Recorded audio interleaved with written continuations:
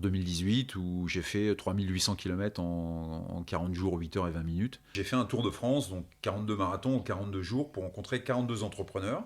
Donc la bonne nouvelle, c'est qu'il y a plein d'entrepreneurs qui sont en train de faire des choses de dingue.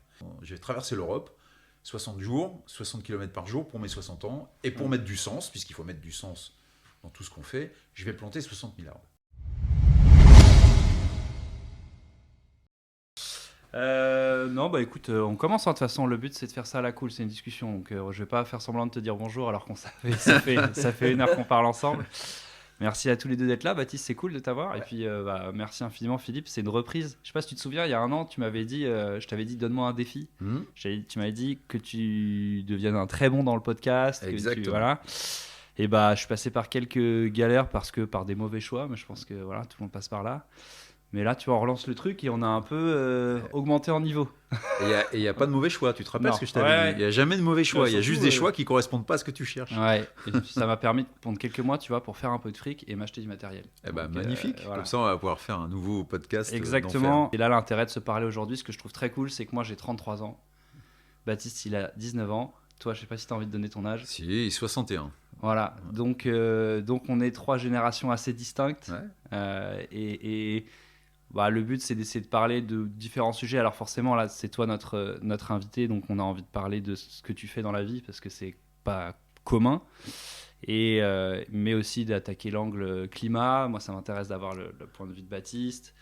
Et puis voilà, parler de sport aussi. Ouais. Et plein de questions. Parler de ma vie alors. Ouais, Si on parle de ta sport vie. et on parle climat, on parle tout ça. On parle de la vie de Philippe Moreau, c'est clair. Ouais, c'est cool. Tu te représentes vite fait, juste pour les gens qui nous je me écouteront. représente vite fait. Donc moi, je suis donc Philippe Moreau. Donc très important, je suis papa de 3 enfants, marié. Donc une vie lambda, quoi. C'est un monsieur tout le monde. J'aime bien me définir comme monsieur tout le monde, mais avec des envies d'extraordinaire. Donc ma vie est jalonnée d'extraordinaire, ou du moins considérée comme de choses extraordinaires. Donc je suis aussi ultra runner. Donc un ultra runner, c'est un gars qui court beaucoup dans des endroits un peu barrés ou considérés comme barrés, donc comme le pôle Nord, l'Antarctique, la Death Valley aux États-Unis au mois de juillet, voilà, des choses comme ça. Et je m'amuse, voilà, à courir partout où c'est un peu extrême. Au départ, pour me faire simplement des souvenirs de vie. Et je me suis rendu compte qu'en fait, ces souvenirs de vie allaient en plus me permettre de me construire et de me construire comme j'aime bien être construit. Donc ça m'occupe pas mal dans ma vie, tout ça. De là, j'en ai fait un autre métier, puisque je suis aussi, depuis maintenant, ça fait combien, 12 ans, je suis conférencier. Alors conférencier, j'aime pas le terme, mais c'est comme ça que ça s'appelle. Mais en fait, quand on me demande mon métier, je dis que je suis un interrupteur. Je préfère nettement cette appellation-là. Je suis un interrupteur, c'est-à-dire que mon métier, c'est d'aller parler à des gens pour allumer les lumières pour qu'on y voie un peu plus clair. Ouais. Et j'y vais avec des mots des fois un peu bruts de béton.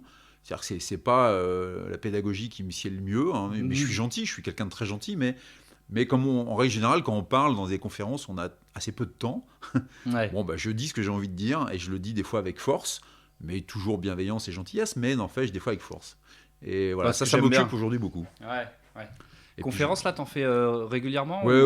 Moi, je fais une 50aine de conférences par an. Alors, je peux pas en faire plus parce que je ne sais pas les faire autrement qu'en y mettant beaucoup d'intensité. Ouais, d'accord. Parce que je suis bâti comme ça et que c'est comme ça que je pense qu'elles ont un impact. J'y vais, j'envoie vraiment la sauce et j'ai des choses à dire sur mon parcours. C'est pas des choses que j'ai lues dans les livres. J'ai fait comme tout le monde. J'ai lu des livres. J'ai lu plein de livres. Mais ça, lire des livres, tout le monde peut le faire. Ouais. Moi, ce que je raconte, c'est pas ce que je lis dans les livres. Ce que je raconte, c'est ce que j'ai vécu avec mes tripes. Donc, j'ai été entrepreneur pendant 30 ans. Je suis ultra-runner depuis 16-18 ans maintenant.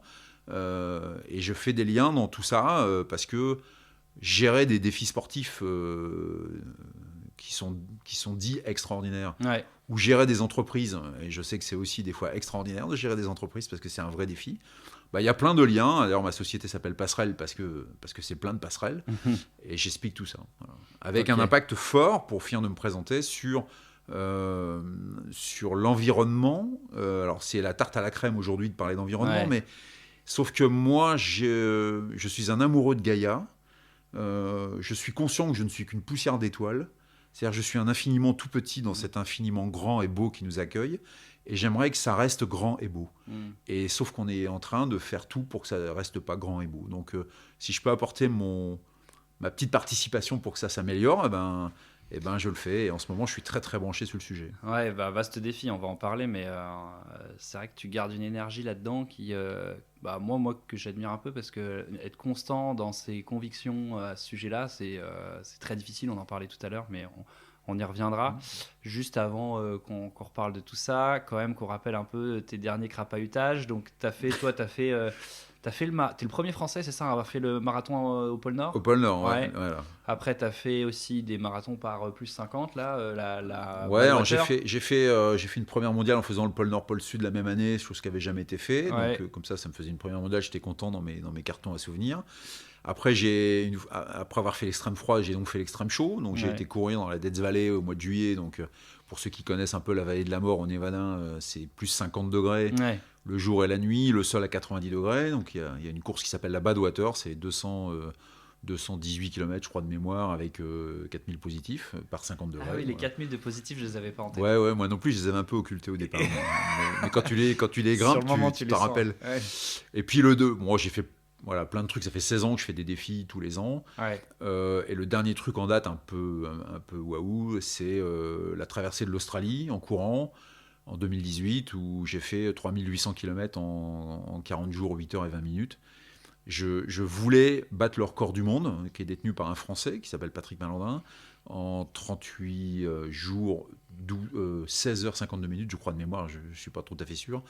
Et je voulais battre ce record pour avoir dans mes souvenirs un record du monde. Bah ouais. Et je ne l'ai pas battu. J'ai fait la deuxième perf mondiale, mais pas la première. Mais tu as fini avec une rupture du tendon d'Achille, non? Non, pas une rupture, parce qu'avec une rupture, tu ne peux plus avancer. Ouais, non, avec une déchirure au tendon d'Achille sur les 300 derniers kilomètres. Ouais. Mais en fait, c'était super passionnant de faire ce défi-là, parce que, alors plus jamais je le referai, parce que c'était trop dur. C'était vraiment trop dur. Mais c'était un souvenir de vie au niveau sportif, au niveau émotion, au niveau intensité. C'était juste énorme. Humain aussi. Parce qu'il y a humain, et puis l'équipe que j'ai emmenée avec moi pendant 2 mois. Enfin, on a vécu vraiment un moment de vie de fou. Et j'en ai tellement ressorti des choses. J'ai tellement appris sur moi. Alors j'avais 55 ans quand je l'ai fait. Et à 55 ans, quand on continue de se découvrir, voilà, c'est juste un pied énorme, quoi. Donc, alors c'était dans des conditions rudes, c'est un peu rude, puisque 100 km tous les jours, donc faut y aller dans le bush australien, avec la chaleur, les serpents, les machins, enfin. Mais c'était incroyablement bon, voilà. Bon, maintenant, aujourd'hui, je me suis calmé, j'ai décidé de ne plus aller au-delà de 60 km jour, pour pouvoir continuer de m'amuser à découvrir le paysage, le monde sur mes 2 pieds, en prenant un maximum de plaisir, et en évitant la souffrance, comme j'ai pu avoir en Australie. C'est intéressant. Il y a déjà un point, moi, que je trouve pas mal et que j'avais envie de creuser avec Baptiste, c'est que ce genre de défi que tu fais là, c'est un truc d'homme qui a vécu un peu, tu vois. Je sais pas si à l'âge de Baptiste ou même à mon âge, tu vas t'enquiller 100 bornes par jour, si tu as le mental, la maturité pour faire ça, tu vois ce que je veux dire? Non, alors je suis assez d'accord avec toi sur le fait que dans mon sport, ce qu'on appelle l'ultra, il y a beaucoup plus d'anciens. J'ai pas dit des vieux, j'ai fait attention. Moi j'ai parlé de maturité. Ouais, voilà, cool, parfait. Il y a beaucoup plus d'anciens que de jeunes. Mais c'est en train de changer. Et j'en ai pour preuve que je suis le parrain depuis 3 jours de Paul Rouxel, qui est un jeune de 20 ans que j'ai rencontré il y a 2 ans, que je connaissais absolument pas, et je l'ai rencontré dans le cadre dans un séminaire, enfin peu importe, et on se faisait une balade, une randonnée en montagne, on discutait de choses et d'autres, et je lui ai posé la question que je pose à tout le monde, c'est quoi ton rêve le plus dingue, celui que tu oses dire à personne? Et donc il m'a sorti ses rêves, tout ça, et de là je lui ai dit, tu sais, faut pas avoir peur de tes rêves, parce que c'est tes rêves, même les plus fous, les plus exaltants, les plus saugrenus, qui vont t'emmener sur un chemin de vie assez jouissif, quoi. Et ben il a bien écouté ce que je lui ai dit, puisque donc 2 ans plus tard, il part à 20 ans faire la traversée du sud Groenland en solo avec sa Pupka sur 700 km, en partant en voilier avant pour faire 0 carbone. Enfin, voilà, il est en train de monter un énorme beau projet. Un vrai projet d'aventurier. Et tu vois, pour répondre à ta question, il a 20 ans. Il a 20 ans. Putain, ouais, bah faut des couilles quand même pour faire ça à 20 ans. Il faut... c'est l'âge aussi où t'es... Il faut des déclics. Ouais, c'est ça. Mais je pense que...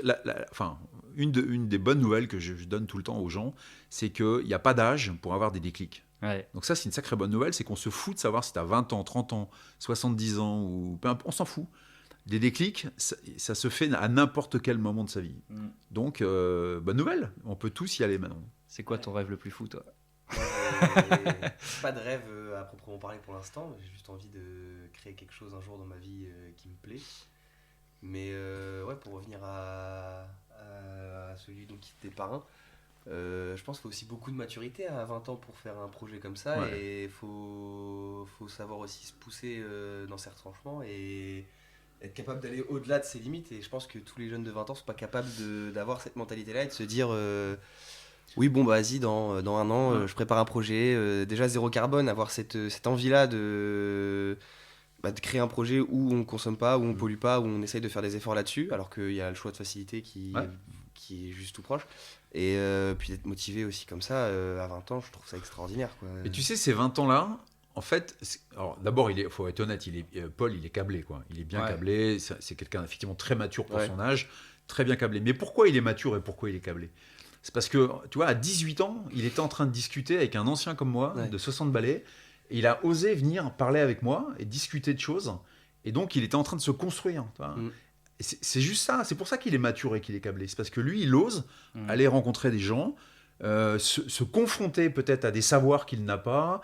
En fait, il est curieux. Oui, ce que j'allais dire, ça revient de curieux. Et cette curiosité, c'est la base de tout. Ça, c'est un truc que vous avez. Baptiste, il est là pour ça aujourd'hui. C'est que ça, pour la petite histoire, c'est une de mes potes qui était sa prof au lycée, qui m'a dit, ce gars-là, il s'intéresse à tout, il a pas peur des adultes, il parle, il raconte sa vie. Super. Fais-le venir, quoi. Et du coup, j'ai dit, bah c'est parfait. Moi, parce que je lui disais que je cherchais des mecs un peu plus jeunes que moi, qui apportent une vision différente, et surtout par rapport au climat. Cette prof me disait, elle dit, tu te rends pas compte, Antoine, quand moi j'en parle pendant mes cours, et les gamins, ils n'ont pas conscience comme nous on a conscience, en fait. C'est-à-dire qu'il y a un paradoxe entre ce qu'on entend dans la presse où on te dit ils veulent plus faire de gosses, ils ont peur de l'avenir, et c'est vrai, ils le disent, mais il y a aussi le côté au lycée tu vas leur dire les gars, pensez quoi de plus prendre sa bagnole, ou c'est quoi les actions qu'on peut mettre en place, je sais pas, demande à mes parents, moi j'ai envie de profiter de ma jeunesse, tu vois. Et ils s'en foutent, quoi. Non, ils s'en foutent pas. Ils s'en foutent pas. Enfin, ils ont pas. En fait, t'es inconscient Je pense pas qu'ils s'en foutent au même titre que tu ne t'en fous pas, que je ne m'en fous pas, mais on est tous bourrés de paradoxes. Ouais. Tous plein de paradoxes parce qu'on a tous nos vies, on a tous nos coutumes, nos us et coutumes, on a tous nos cultures, voilà. Bon, mais on s'en fout pas en fait. Mais après, ce qui nous manque à tous, hein, mais moi comme les autres, hein, ce qui nous manque, c'est le coup de pied aux fesses nécessaire pour aller dans le bon sens. Et moi, en fait, mon boulot à moi aujourd'hui d'interrupteur, c'est de mettre ce coup de pied aux fesses au maximum de fois que je peux. Bah, c'est bien, mais c'est un moyen positif. Et tu vois, récemment, moi, je t'en parlais, dans les prises de conscience un peu écologiques, enfin, en tout cas du défi actuel, t'as les mecs qui sont un peu hardcore, ceux qui vont jeter de la soupe sur des Van Gogh, voilà. Et au début, tu te dis, est-ce que c'est intelligent de faire ça ? Et puis avec de la réflexion, tu t'es dit, en fait, il faut de tout. Des mecs qui t'inspirent positivement, mais aussi des mecs... Moi, ces mecs-là, en fait, ils m'ont fait aussi prendre conscience qu'il y a, en effet, une partie de la population, ils en peuvent plus, quoi, que les politiques, ces gens les écoutent pas et qu'ils sont flippés. Et c'est vrai que c'est très anxiogène comme sujet. Ouais. Et donc, ça donne envie d'agir par tous les moyens. Donc, il faut des gars qui agissent positivement, des gars qui agissent un peu plus hardcore, ouais.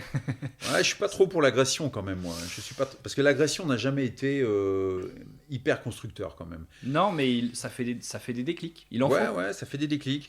Après, c'est la problématique de la nature humaine. C'est que la nature humaine, de tout temps, elle a attendu de prendre le mur dans la figure pour changer. Et on en parlait tout à l'heure avant de préparer cette émission. On attend, on ne sait pas être proactif. On sait tout ce qui va se passer. Tout le monde annonce les plus 3, les plus 4 degrés, etc. Tout le monde sait que c'est une catastrophe.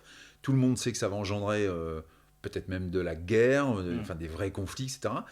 Et la nature humaine étant ce qu'elle est, elle va attendre de subir pour réagir. Voilà. Ouais. Alors qu'en fait, réagir, moi, c'est la politique du fou, hein, la réaction. Moi, je préfère être un guerrier dans le sens agir en amont, avec une réflexion et avec une curiosité pour faire avant, quoi. Parce que moi, subir, j'aime pas ça, subir. Ouais. C'est pas cool de subir.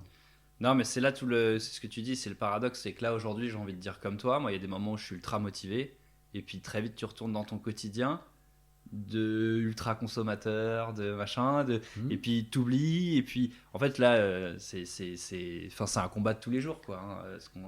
Ouais, mais regarde le terme que tu as employé, c'est un combat de tous les jours. C'est Ouais. pas du tout un combat de tous les jours. C'est une attitude de tous les jours. Mais Ouais. c'est pas un combat. Un combat, c'est Ouais. violent, tu te rends compte? Ah non, mais il y a un côté, si aujourd'hui ça demande un effort, tellement on est arrivé dans le confort en fait. Ouais, Il c'est faut un effort. sortir un peu de ça. Ouais. C'est un effort. On en parlait tout à l'heure. Ouais. C'est l'histoire des mobilités. Mm. Moi, je suis complètement estomaqué de voir comment on est aujourd'hui aveuglé par ce confort qu'on a. En plus, en France, on est gâté, parce que tout le monde a beau dire ce qu'ils veulent. En France, on a le droit de dire ce qu'on veut, on a le droit de penser ce qu'on veut, on a le droit d'écrire ce qu'on veut, on a le droit de critiquer qui on veut, on a tous les droits en France. Ouais. C'est le pays de la liberté. Ouais. C'est pas pour rien. Donc, ok, tout le monde se plaint. N'empêche que moi, je préfère vivre ici que dans d'autres pays. Et en fait, ici, on est dans un tel confort de vie que nos absurdités de vie, on les voit plus.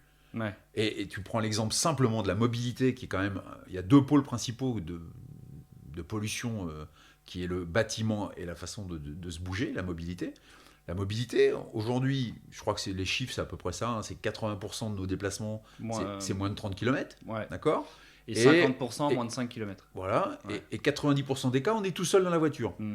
Les voitures font 1,5 tonnes, Ouais. donc on consomme de l'énergie. Enfin, c'est de la folie furieuse. En fait, 200 on ne voit chevaux. même plus ça. Ouais. C'est-à-dire qu'on est tous dans nos bouchons, cul à cul, dans des voitures qui font 1,5 tonne, qui consomment tous 8 ou 9 litres. On met la clim à fond et le chauffage à fond, et on attend que ça passe. Donc déjà, on a une perte de temps complètement considérable de fou. Et on trouve tout ça normal. Et c'est là où ça va plus. C'est-à-dire qu'on est aveugle de nos propres comportements. Et quand tu dis que c'est un combat de chaque instant, c'est pas un combat du tout. C'est juste à un moment donné, il faut savoir Du prendre bon sens. un tout petit peu de recul, Mm. un temps. Et mon boulot, c'est d'expliquer aux gens, les gars, mais faites un pas de côté, tranquillement, et regardez simplement comment vous agissez. Je suis pas en train de vous critiquer ni de vous juger, puisque moi-même, j'ai fait la même chose. Mm. Mais faites ce pas de côté et regardez l'absurdité de la situation. Ouais, Et puis une fois que tu as fait ça, mais tu changes. c'est ça. Bah, réussir si tu à changes parler. pas, il y a un ouais. problème si Ouais, tu changes pas. Mais... il y a, par exemple, pour revenir à tout à l'heure, il disait c'est un combat de tous les jours et que tu l'as repris, tu as dit non, c'est pas un combat, parce qu'un combat c'est violent. Moi je suis un peu plus d'accord avec le fait que ça se rapproche d'un combat. Et en reprenant ce que tu dis, c'est violent parce que les gens, comme tu dis, sont tellement habitués à être dans un confort permanent, dans un luxe qui est de pouvoir bouger quand on veut avec nos voitures, de pouvoir consommer ce qu'on veut quand on veut et sans se moquant sciemment de ce qu'on consomme et de la manière dont on le consomme. Mais c'est un combat de tous les jours et c'est violent dans le sens où sortir de cette habitude, de ce confort, ça brusque les gens et des fois c'est un peu trop rapide, même si on essaye de faire des efforts. Ouais, mais Par exemple, il faut brusquer de toute façon. sur la voiture, moi je me dis, voilà, j'habite à peu près 15 bornes de mon lycée, là où je fais mon BTS, pourquoi pas venir en vélo des fois, mais ça veut dire je me lève plus tôt. ouais. Et ça, c'est un truc de flemmard, quoi, de se dire, je vais me lever plus tôt, fait chier. Parce c'est que chiant. concrètement, sur le papier, se lever plus tôt, c'est pas compliqué. Et Non. c'est pas chiant, et ça me coûte rien, quoi. Non. Enfin, à part voir plus de soleil, respirer plus d'air et voir plus de monde, plus Et de puis paysages, ça profiter me du coûte rien. lever du jour et tout ça. Mais les petits du oiseaux coup, qui- ça me brusquerait dans mon confort. Donc déjà ça, la consommation de viande, par exemple, moi j'adore ça, j'en mange beaucoup et j'essaie énormément de la limiter chez moi. Et ça me brusque aussi, parce qu'en fait j'adore manger ça et des fois ça m'embête de ne pas pouvoir en manger. Mais je me limite, et plein de petits exemples comme ça, un peu à la con, mais c'est pour ça que je pense que le fait de dire que c'est un combat de tous les jours et que oui c'est violent, c'est vrai, et c'est quelque chose qu'on devrait comprendre. Voilà, c'est chaque avancée, on l'obtient pas comme ça en claquant des doigts et Non. en n'obtenant aucune perte. Ouais. Il faut se donner la peine de saigner, de suer et de travailler dur pour obtenir des résultats. Et donc ouais, je pense que... Mais c'est des modifications d'attitude. Moi, j'aime bien, je crois que la dernière fois, j'en avais déjà parlé, il y a un gars que j'adore qui s'appelle Yannick Roudot, qui dit plein de choses intéressantes, mais entre autres, moi j'adore les formulations courtes que je peux mémoriser et les mettre en pratique. Lui, il dit, quand tu fais quelque chose ou quand tu achètes quelque chose, une seule question à se poser. Est-ce que c'est utile ou est-ce que c'est futile? Toi, ça ne veut pas dire que Oui. tu n'as pas le droit de l'acheter ou tu n'as pas le droit de le faire si c'est futile. Ça veut dire que tu as juste conscience que ce que tu es en train de faire là, c'est futile. Ce que tu es en train d'acheter là, c'est futile. Ouais, tu le fais ou tu le fais pas, c'est toi Ouais. qui vois.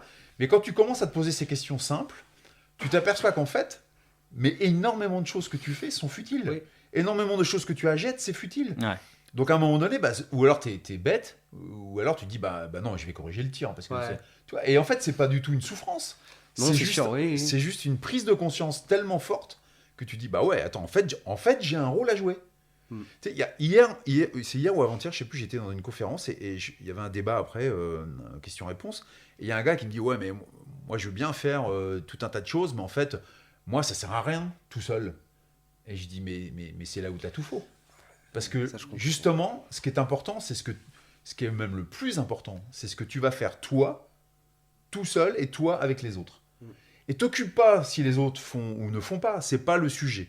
Le sujet qui t'intéresse dans ta vie à toi, c'est qu'est-ce que toi tu vas faire, toi tout seul et toi avec les autres. Avec tes compétences, tes appétences, avec ton écosystème, avec tes moyens, avec ce qui compte, c'est ce que toi tu vas faire.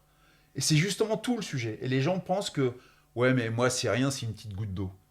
Mais non, une goutte d'eau, ça fait un ruisseau, et au final, les ruisseaux, ça fait des grands fleuves, sur les océans. Enfin, c'est tout à l'heure, je t'en parlais tout à l'heure. Je ne sais pas si vous connaissez Arthur Aubeuf. Arthur Aubeuf, c'est un des cofondateurs de ce projet magnifique qui s'appelle Time for the Planet. Bon, Arthur, c'est un mec extraordinaire pour plein de raisons, mais entre autres, il dit un truc que j'adore.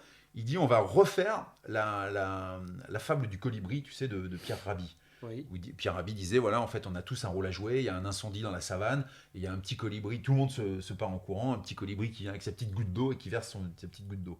On dit mais qu'est-ce que tu fais ? Je fais ma part. Bon, Arthur Aubeuf, il dit on va transformer cette fable pour qu'elle soit plus efficace. C'est-à-dire qu'on va continuer tous, toi, moi, le voisin, à amener notre petite goutte d'eau sur cet incendie qui est en train de se générer. Mais en fait, cette petite goutte d'eau, on va la mettre dans un gros récipient. Et tous ensemble, on va aller verser ce gros récipient sur l'incendie.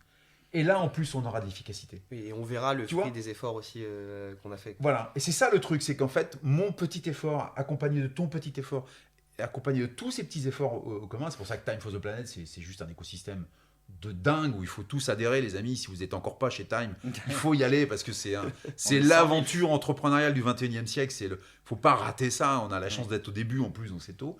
Et voilà, avec ça, tous ensemble, on est capable de renverser une marmite d'eau sur cet incendie.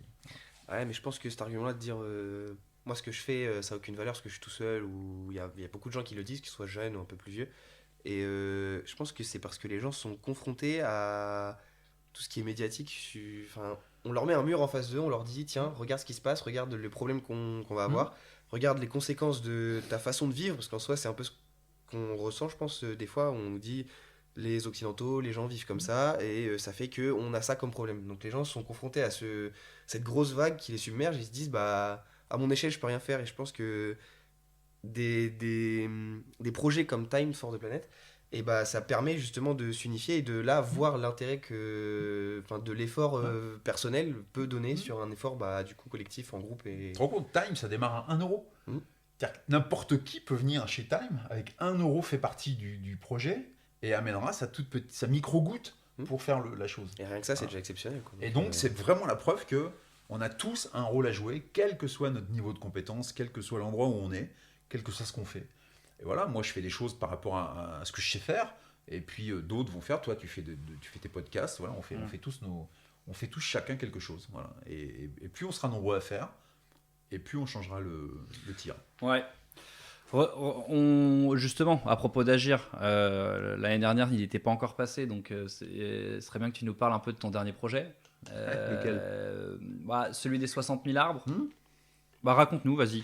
J'allais le raconter à ta place, mais je pense que c'est mieux. Non, mais en fait, le projet 60 000 arbres, c'est un projet qui me tient à cœur parce que en 2021, donc, j'ai fait un projet qui s'appelle Courir pour la planète, où j'ai fait un tour de France, donc 42 marathons en 42 jours, pour rencontrer 42 entrepreneurs qui ont décidé de changer complètement de paradigme et de transmuter leur business model pour aller du bon côté de la force, pour être respectueux de la planète, des matières, et faire en sorte qu'on puisse encore vivre sur cette planète. Donc, la bonne nouvelle, c'est que j'ai voulu en caster 42 et j'en ai casté 80. Donc la bonne nouvelle, c'est qu'il y a plein d'entrepreneurs qui sont en train de faire des choses de dingue. Et j'ai fait ce tour de France, j'ai rencontré des gens dingues avec des projets de fous, j'ai adoré ça, et je les ai interviewés, j'ai monté des émissions, voilà, et j'essaye de les mettre en lumière le plus que je peux, y compris dans mes conférences aujourd'hui. Et le dernier que j'ai rencontré, c'est Sophie Grenier, qui est cofondatrice d'une société qui s'appelle TWISEV, dont l'objectif, la mission de l'entreprise, c'est de planter 1 milliard d'arbres dans les communes françaises sous un format très particulier, qui est un format que peut-être beaucoup connaissent, qui est un format de micro-forêt, en forêt Miyawaki, c'est un botaniste japonais, qui revient à faire de la forêt primitive. Ouais. Donc elle m'expliquait tout ça dans l'interview que je faisais avec elle. Donc c'était mon dernier marathon, c'était le 42e, le dernier, j'ai terminé mon projet avec ça. Et puis je me suis dit, mais en fait ça, planter des arbres pour créer de la biodiversité, pour créer de l'enrichissement des sols, pour recréer de la biodynamique, enfin, moi je dis, mais c'est juste top niveau ça. Et planter un arbre, moi je sais faire planter un arbre. Donc je me suis dit, je vais faire un acte 2 de Courir pour la planète, et ça va s'appeler Courir pour 60 000 arbres. Alors pourquoi 60 000 ? C'est parce que comme j'ai eu 60 ans l'année dernière, je m'étais dit, tiens, 60 ans, je vais me mettre un projet je vais traverser l'Europe, 60 jours, 60 km par jour pour mes 60 ans, et pour mettre du sens, puisqu'il faut mettre du sens dans tout ce qu'on fait, je vais planter 60 000 arbres. Bon, entre-temps, la problématique poutinienne m'a un peu bloqué sur l'Europe, parce qu'il a envahi l'Ukraine, bon, il était plus raisonnable d'aller courir par là-bas. Mais c'est pas grave, ça c'était le projet sportif. Je me suis dit, je vais trouver autre chose au niveau du sport, c'est pas un souci. Et je vais quand même planter cette forêt de 60 000 arbres. Donc quand on s'est vu, effectivement, je te parlais de ça, c'était un projet. C'était un simple projet. Alors, entre-temps, donc, au mois de mai 2022, j'ai traversé la France en faisant 60 km par jour, donc 1000 bornes, pour mettre en avant ce projet qui s'appelait Courir pour 60 000 arbres, pour aller chercher des entrepreneurs qui voulaient m'accompagner dans cette belle mission. Et aujourd'hui, j'en suis à 45 000. Okay. Donc j'en ai encore 15 000 à faire. Et j'ai lancé tellement de lignes que je pense sincèrement que je vais dépasser ces 60 000. Ouais. Ah ouais ? Oui, je pense, parce que si tout ce que j'ai lancé, ça répond positivement, ouais, on sera au-delà des 60 000. Mais c'est très long, c'est beaucoup plus long que ce que j'aurais pu croire. Ouais. Parce que y a de l'inertie, parce que les gens se posent trop de questions. Mais ça se fait. La bonne nouvelle, c'est que ça se fait. Ouais. Et qu'à un moment donné, voilà, au lieu d'avoir une forêt de 60 000 arbres, je vais avoir plusieurs forêts à droite à gauche. Justement, typiquement, moi, ça m'intéresse de savoir un peu quels sont les dessous. Comment tu fais ? Enfin, tu vois, moi, les questions que je me pose, c'est... d'ailleurs, je t'avais dit à l'époque, je me souviens que je t'avais dit, s'il faut des gens pour planter, moi, je suis chaud de venir planter un arbre. Après, je me suis dit, bon, il a l'air assez occupé, on va pas trop insister. Mais comment tu trouves 60 000 arbres, déjà En fait, comment tu les plantes ? Qui les plante ? C'est ça qui est intéressant. C'est qu'il faut... Tu as un projet comme ça. Ouais. Les gens, qu'est-ce que les gens ont commencé par me dire ? On m'a dit, mais Philippe, mais t'es cinglé. Bon, ça me va bien, ça fait 60 ans qu'on me dit que je suis cinglé. Donc, tout va bien. Moi, j'adore, c'est un bon indicateur, en fait, quand on me dit ça. Et elle me dit, alors je dis, pourquoi je suis cinglé ? Mais elle me dit, mais 60 000 arbres, est-ce que tu te rends compte de ce que c'est ? Je dis, oui, c'est une forêt. Elle me dit, oui, c'est une forêt, donc il va te falloir 2-3 hectares de terrain. Où est-ce que tu vas trouver 2-3 hectares de terrain ? Ouais, il faut les acheter. Je dis, mais j'en sais rien. Ouais. J'en sais rien où je vais les trouver. Mais comment tu vas planter 60 000 arbres ?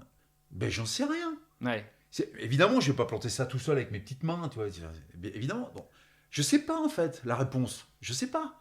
Mais ce n'est pas parce que je ne sais pas, à l'instant où je décide du projet, que je ne vais pas le faire. Ouais. Je vais juste me mettre à réfléchir à comment je fais.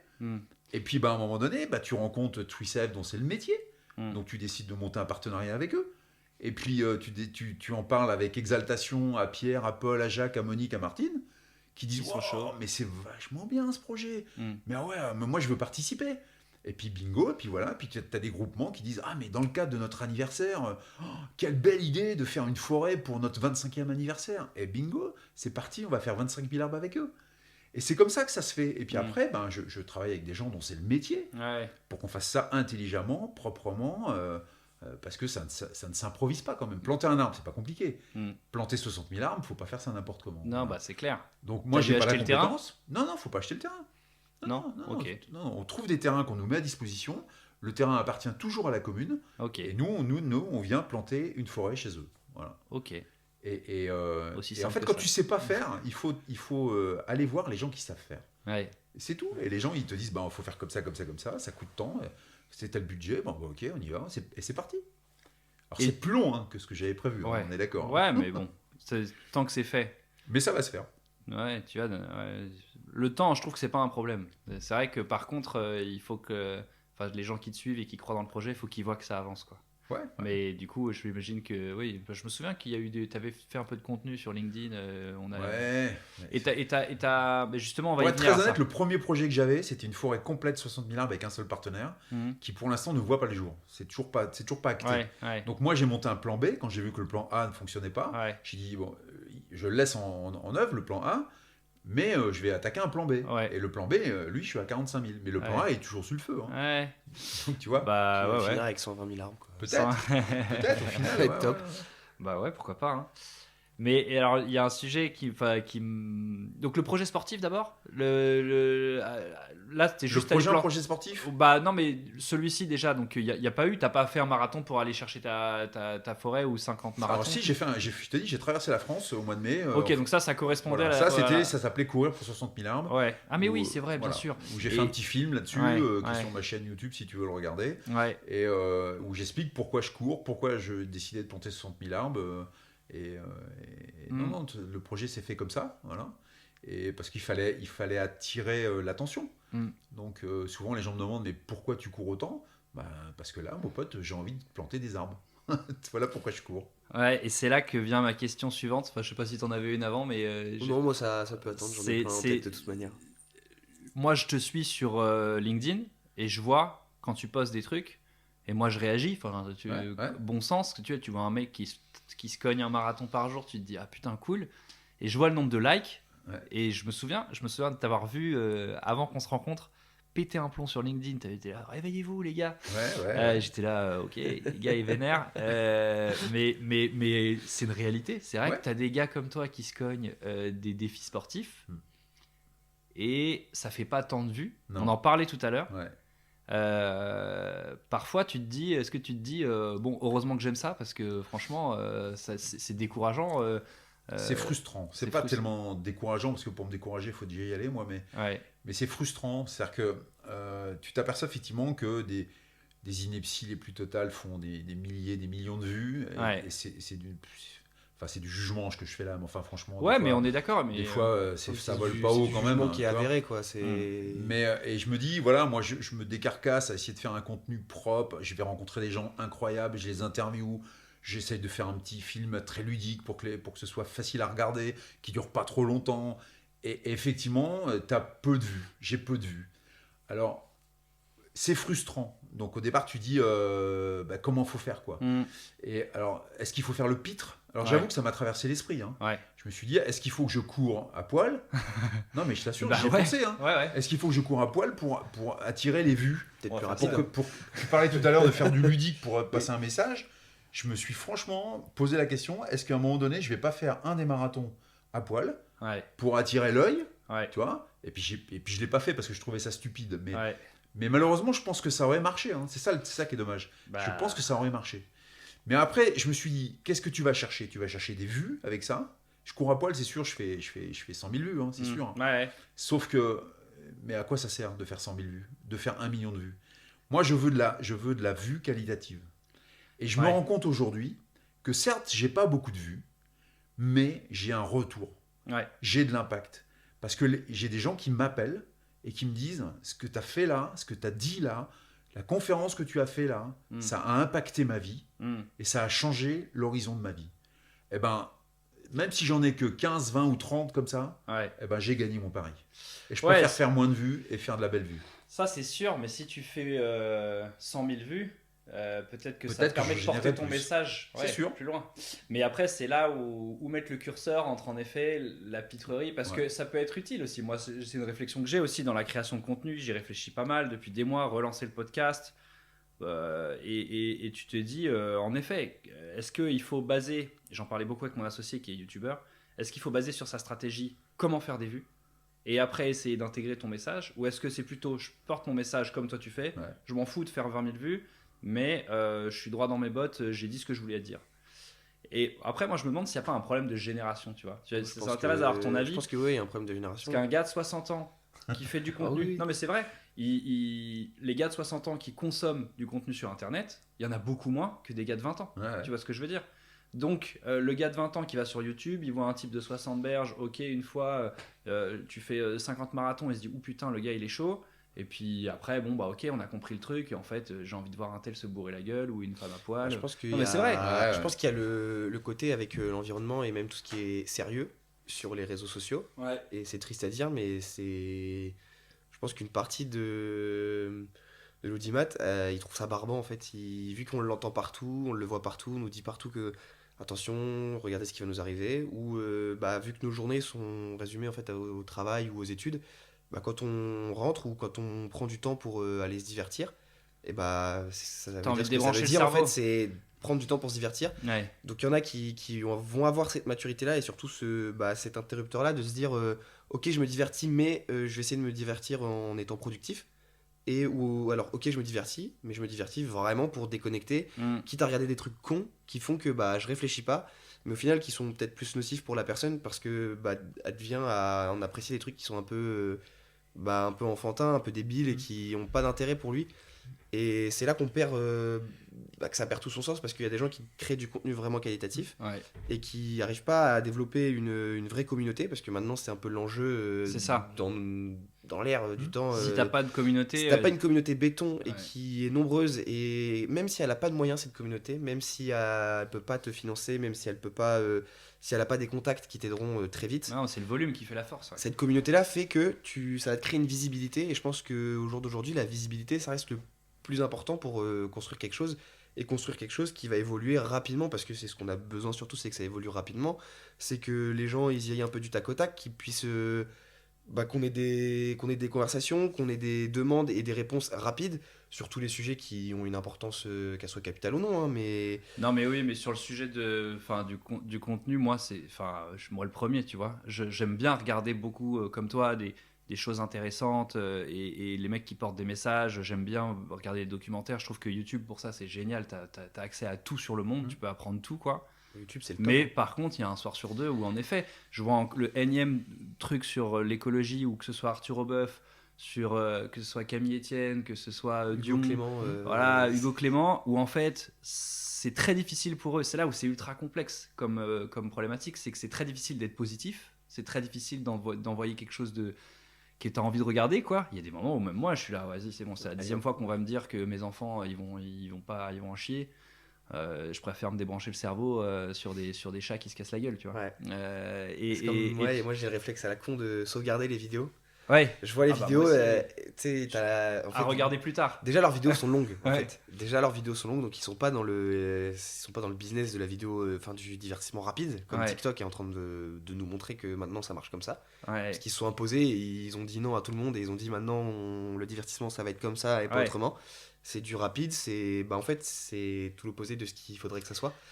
Et t'as des mecs qui font des trucs ultra qualitatifs dans tous les domaines, hein, mais vu que c'est long, vu que ça a besoin d'être long parce qu'il faut pouvoir justifier, il faut pouvoir montrer, il faut pouvoir prendre du temps pour Ouais. te dire voilà la base c'est ça, moi ce que je veux faire c'est ça, comment je fais pour y aller, quel résultat je veux obtenir. Et ça prend du temps et c'est pas ok je fais ça, tac tac c'est fini. Et tu poses un like et puis tu swipes et puis c'est fini. Ouais. Et il y a plein de gens qui le disent, à dire une connerie tu l'as dit en 30 secondes, Ouais. mais réfuter la connerie tu prends une minute à réfuter cette connerie. Pour 1 heure, ouais. Sauf que la minute, tu vois, quand tu swipes toute ta journée sur ton téléphone, t'as pas envie d'écouter la minute. Par contre, la connerie en 1 seconde, tu l'écoutes, même sans le vouloir en fait. Ouais.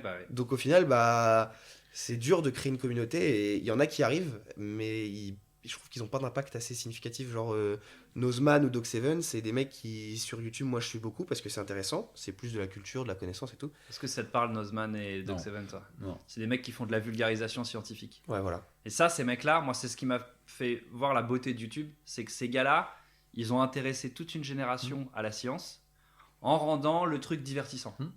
Et si le gars, il y en a un qui un jour se réveille et arrive à le faire, et moi j'espère un jour réussir à le faire, sur les problématiques climatiques, là t'as gagné. Ouais. Mais du coup, faut accepter de jouer le jeu en effet des réseaux sociaux, faut accepter Et de même, jouer. tu vois, Ça c'est dur. je suis pas sûr que même un mec comme ça pourrait y arriver, tu vois. Ouais, parce que c'est des sujets anxiogènes. Parce que oui, voilà. Ça met tout le monde face à ses contradictions. C'est ce que tu disais tout à l'heure. On est tous un peu contradictoires, on est tous humains. Et puis ça paraît logique, t'as un mur et t'as un chemin tout tracé. Ouais. Tu vois devant, même si tu sais qu'au bout il y a le feu du chemin, tu fais j'ai 40 ans avec un beau chemin, des petits pommiers sur le bord, je peux manger, voyager, aller en vacances, consommer.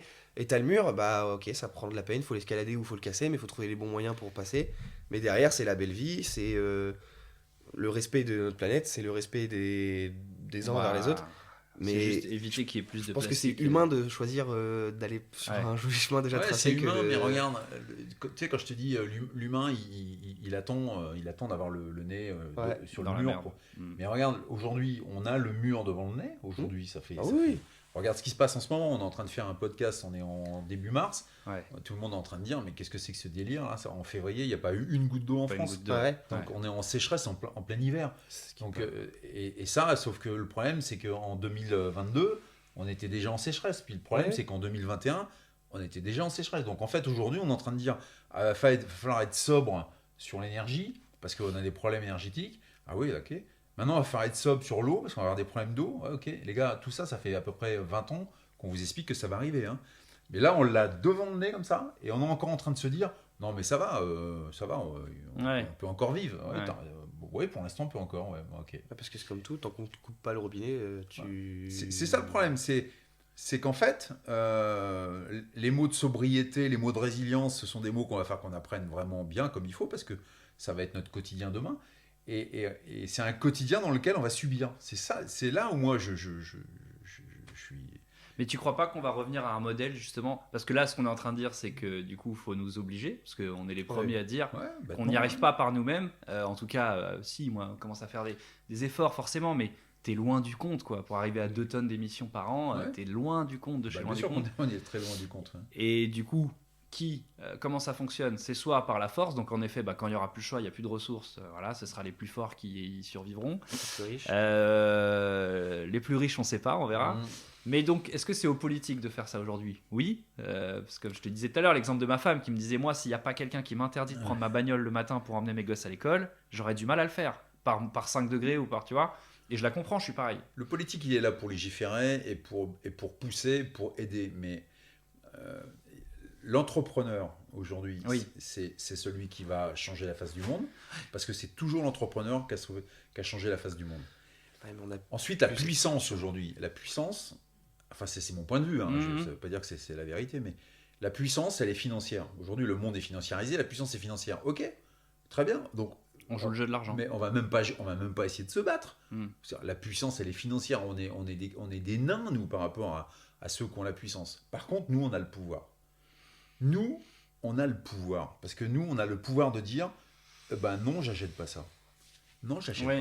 Ah ouais, mais ça, tu vois, t'as vu ton t'as vu comment t'as fait oui, parce que mais bon. Le pouvoir, en fait, tu l'as pas le pouvoir de dire non, j'achète pas ça, parce que le marketing est tellement fort que tu oublies ton pouvoir. Mais tu l'as. T'as le pouvoir en partie, je pense. Tu l'as pas à 100%. C'est extrêmement dur. Je vois ce que tu veux dire. Si les consommateurs arrêtent de consommer, c'est sûr que les entreprises, elles ont plus de modèle économique. Les entreprises, elles sont pas folles. Je peux te dire un truc, c'est si jamais un jour tu décides d'arrêter d'acheter ça et ça, l'entreprise, elle va changer le paradigme. Elle va elle va faire en sorte que. Mais là, on y vient doucement. Elle te vend d'autres choses. Ils le font déjà. Enfin, ça commence à déjà trop longtemps. Avec la viande. Alors, la bonne nouvelle, très sincèrement, puisque moi j'ai la chance de côtoyer plein d'entreprises dans le cadre de mes interventions. La bonne nouvelle, c'est qu'il y a énormément d'entreprises qui sont en train de changer leur fusil d'épaule et qui sont en train de modifier leur façon d'être et de faire. Et plein de gens ont lu l'entreprise contributive de Fabrice Bonifay, et commencent à réfléchir à de l'économie d'usage, l'économie contributive, l'économie symbiotique, à tous ces nouveaux types d'économies qui sont en train d'émerger. Et ils sont en train d'y réfléchir. Ça, c'est une super bonne nouvelle parce que je peux témoigner du fait que ça se fait, y compris dans des très grands groupes, puisque j'ai eu la chance d'intervenir dans des gros groupes, et je m'aperçois que c'est fait. Il y a juste un problème, et tu l'as dit, on a un problème de temporalité. C'est-à-dire que les gens disent, voilà, on fait ci, on fait ça, etc. On a des horizons 2050. Je dis, les gars, 2050, vous êtes cinglés ou quoi 2050, c'est beaucoup trop loin. L'horizon que vous devez avoir aujourd'hui, c'est 2030, grand max. C'est-à-dire dans 7 ans. 2030, il faut que le virage soit effectué. 2050, mais il sera passé trop de choses entre-temps. Donc la bonne nouvelle, c'est que tout le monde on a arrêté de passer à la simple prise de conscience. Et beaucoup d'entreprises sont en train de basculer. Et celles qui ne vont pas le faire, moi, c'est le discours de ma dernière conférence où j'explique qu'il faut écrire un nouveau récit entrepreneurial sous peine vitale. ils vont mourir s'ils le font pas. Et il y a des gens souvent qui me disent oui mais tu sais moi je suis leader sur mon marché donc tout va bien, toi c'est confort, on engrange grave et tout va bien. Je dis ouais ok, t'engranges grave. Combien de temps tu vas engranger grave comme tu dis? 2 ans, 3 ans, 4 ans, donc c'est que dalle quoi. Tu sais qu'aujourd'hui des leaders mondiaux qui ont périclité parce qu'ils n'ont pas vu que le monde changeait, je peux t'en citer autant que t'en veux, des success stories qui sont tombées aussi vite qu'elles sont. Et puis je dis avant, regarde bien, avant, il fallait 1 ou 2 générations pour être leader mondial de quelque chose. Aujourd'hui, il faut quoi? Il faut 10 ans. Regarde Amazon, Facebook, Google, ça a mis quoi? Ça a mis 10 ans pour prendre la suprématie. Tu vois, c'est que dalle. Donc aujourd'hui, il y a même eux, ils voient le vent tourner là. Mais bien sûr, heureusement le méta ça marche pas et c'est très bien. Enfin moi je suis très content que ça marche pas. Bah non, il faut pas. Pour des tas de raisons, mais je suis très content, ne serait-ce que pour mes gosses, je suis content que ça marche pas. Et demain ou après-demain là, il y a quelqu'un qui va réinventer, réenchanter le monde de l'entreprise et dans 15 ans, dans 20 ans, on est capable de faire des bascules. Et ceux qui n'auront pas vu ça, eh ben ils seront morts. Aussi gros soit-il. Mais l'enchantement, c'est la thune. Enfin, tu vois, tu dis aujourd'hui. Mais c'est pas grave ça. Bah, mais non, mais regarde. Non. Thune dit volume, demande de volume et dit à l'encontre complètement du ressources limitées. Mais. Tu vois ce que je veux dire? Oui, non, mais c'est 2 choses. Les ressources limitées et l'argent, c'est 2 choses différentes. L'argent, je trouve que c'est comme ça que ça fonctionne aujourd'hui. Ouais. On va pas chercher à se battre là-dessus. D'abord, t'as pas la main, j'ai pas la main, personne n'a la main là-dessus. Voilà. Bah si, non, mais il faudrait qu'un entrepreneur débarque demain et arrive à nous prouver qu'il a la meilleure vie sans allant chercher le max de pognon. Alors déjà, il y a des gens qui le font, ça, déjà. Ouais. Moi, je connais un gars, ça fait 15 ans qu'il vit sans argent. Ouais. Mais il vit quand même. Oui, mais c'est compliqué parce que c'est très compliqué pour lui. T'as l'image, t'as le rêve, t'as la fenêtre où tu veux vivre dedans et. En fait, c'est ça, c'est comme mais ça. Il vit très bien. Il a une maison, il est hébergé plutôt qu'il a une maison. Il est hébergé, il a son ordinateur, il travaille, il y a pas de problème. Mais c'est compliqué, c'est compliqué parce que c'est pas comme ça que ça tourne normalement. Mais ça va venir. Mais on revient à l'argent. L'argent, c'est le truc qui fonctionne. Mais en fait, est-ce qu'on est obligé et à quoi ça sert de dégager 25 milliards de profits à la fin de l'année? Voilà, mais non. À quoi ça sert de faire 25 milliards de profits? C'est des échelles. Si c'est juste pour donner 1 milliard à tel actionnaire, 1 milliard à tel actionnaire, quel est l'intérêt pour un actionnaire de choper 1 milliard de plus dans sa vie? Bah faut leur demander. C'est ça qu'il faut que j'aille les voir. Moi, on va les inviter. Bah oui, donc, mais tu vois, les batteurs ici, les machins, c'est des milliardaires, ces gens-là. Ouais.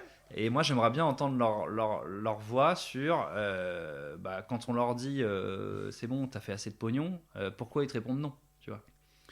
Je sais pas si c'est le cas, là je donne des noms parce que j'ai d'un milliardaire que je connais à Caen, mais pour eux c'est genre. Je sais pas si c'est leur mentalité. Après, tu regardes des Warren Buffett, des Bezos, des Bill Gates, tous ces gens-là ont dit on va mettre 80% de notre fortune au service du bien commun.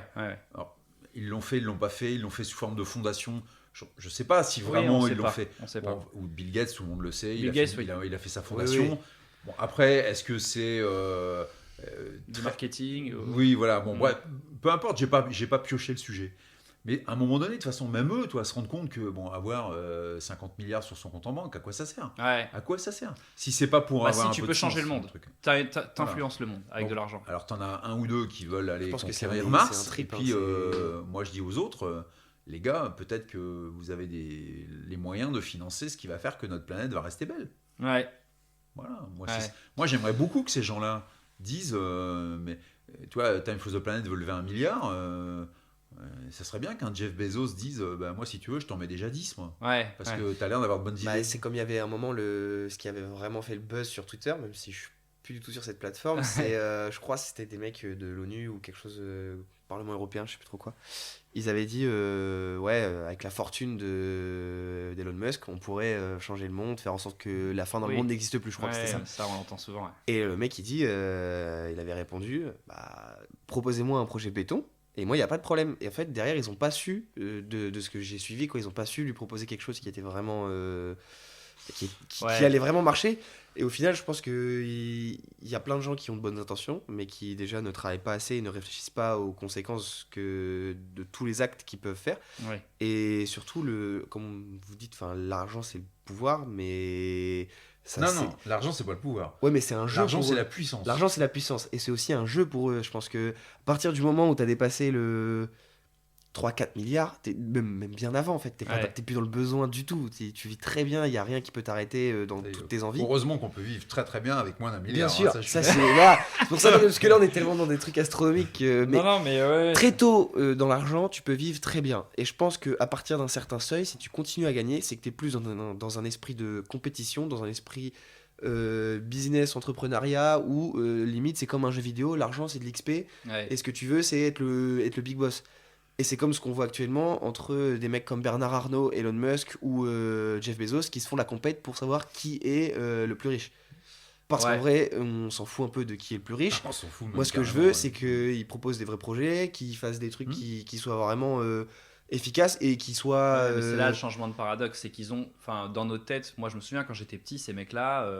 On les remerciait de créer de l'emploi, on les remerciait de faire inverser la courbe du chômage. Continuer à faire ça. Non, aujourd'hui, faut vendre en fait, je pense que c'est aux gosses qu'il faut vendre un autre rêve que voler en jet privé, que honnêtement, faire le tour du monde. Je suis pas sûr que ça les fasse beaucoup rêver. Je trouve que ça arrive de plus en plus. Tu crois que ça les fait pas rêver? Non. Quand on était gamin, moi, tu me disais putain. J'ai 3 enfants, il y en a pas un qui ça fait rêver. Hein. Non, peut-être plus maintenant, et puis peut-être parce que tu les as sensibilisés. Mais moi, l'évolution technologique et la course à la technologie, tu sais que moi quand j'étais au lycée, je me souviens de ma prof d'éco qui disait les gars, l'humain, la courbe d'innovation est exponentielle et donc on innove toujours mieux de plus en plus et ça s'accélère et du coup on est les meilleurs quoi. Clairement, on nous a mis ça dans la tête au lycée, on est trop fort, on invente plein de choses et jamais on nous a dit mais il faut faire gaffe parce que ça tape dans les caisses. Non, ça c'est tout récent. Et du coup on se disait putain c'est trop bien, c'est cool d'être un humain en fait.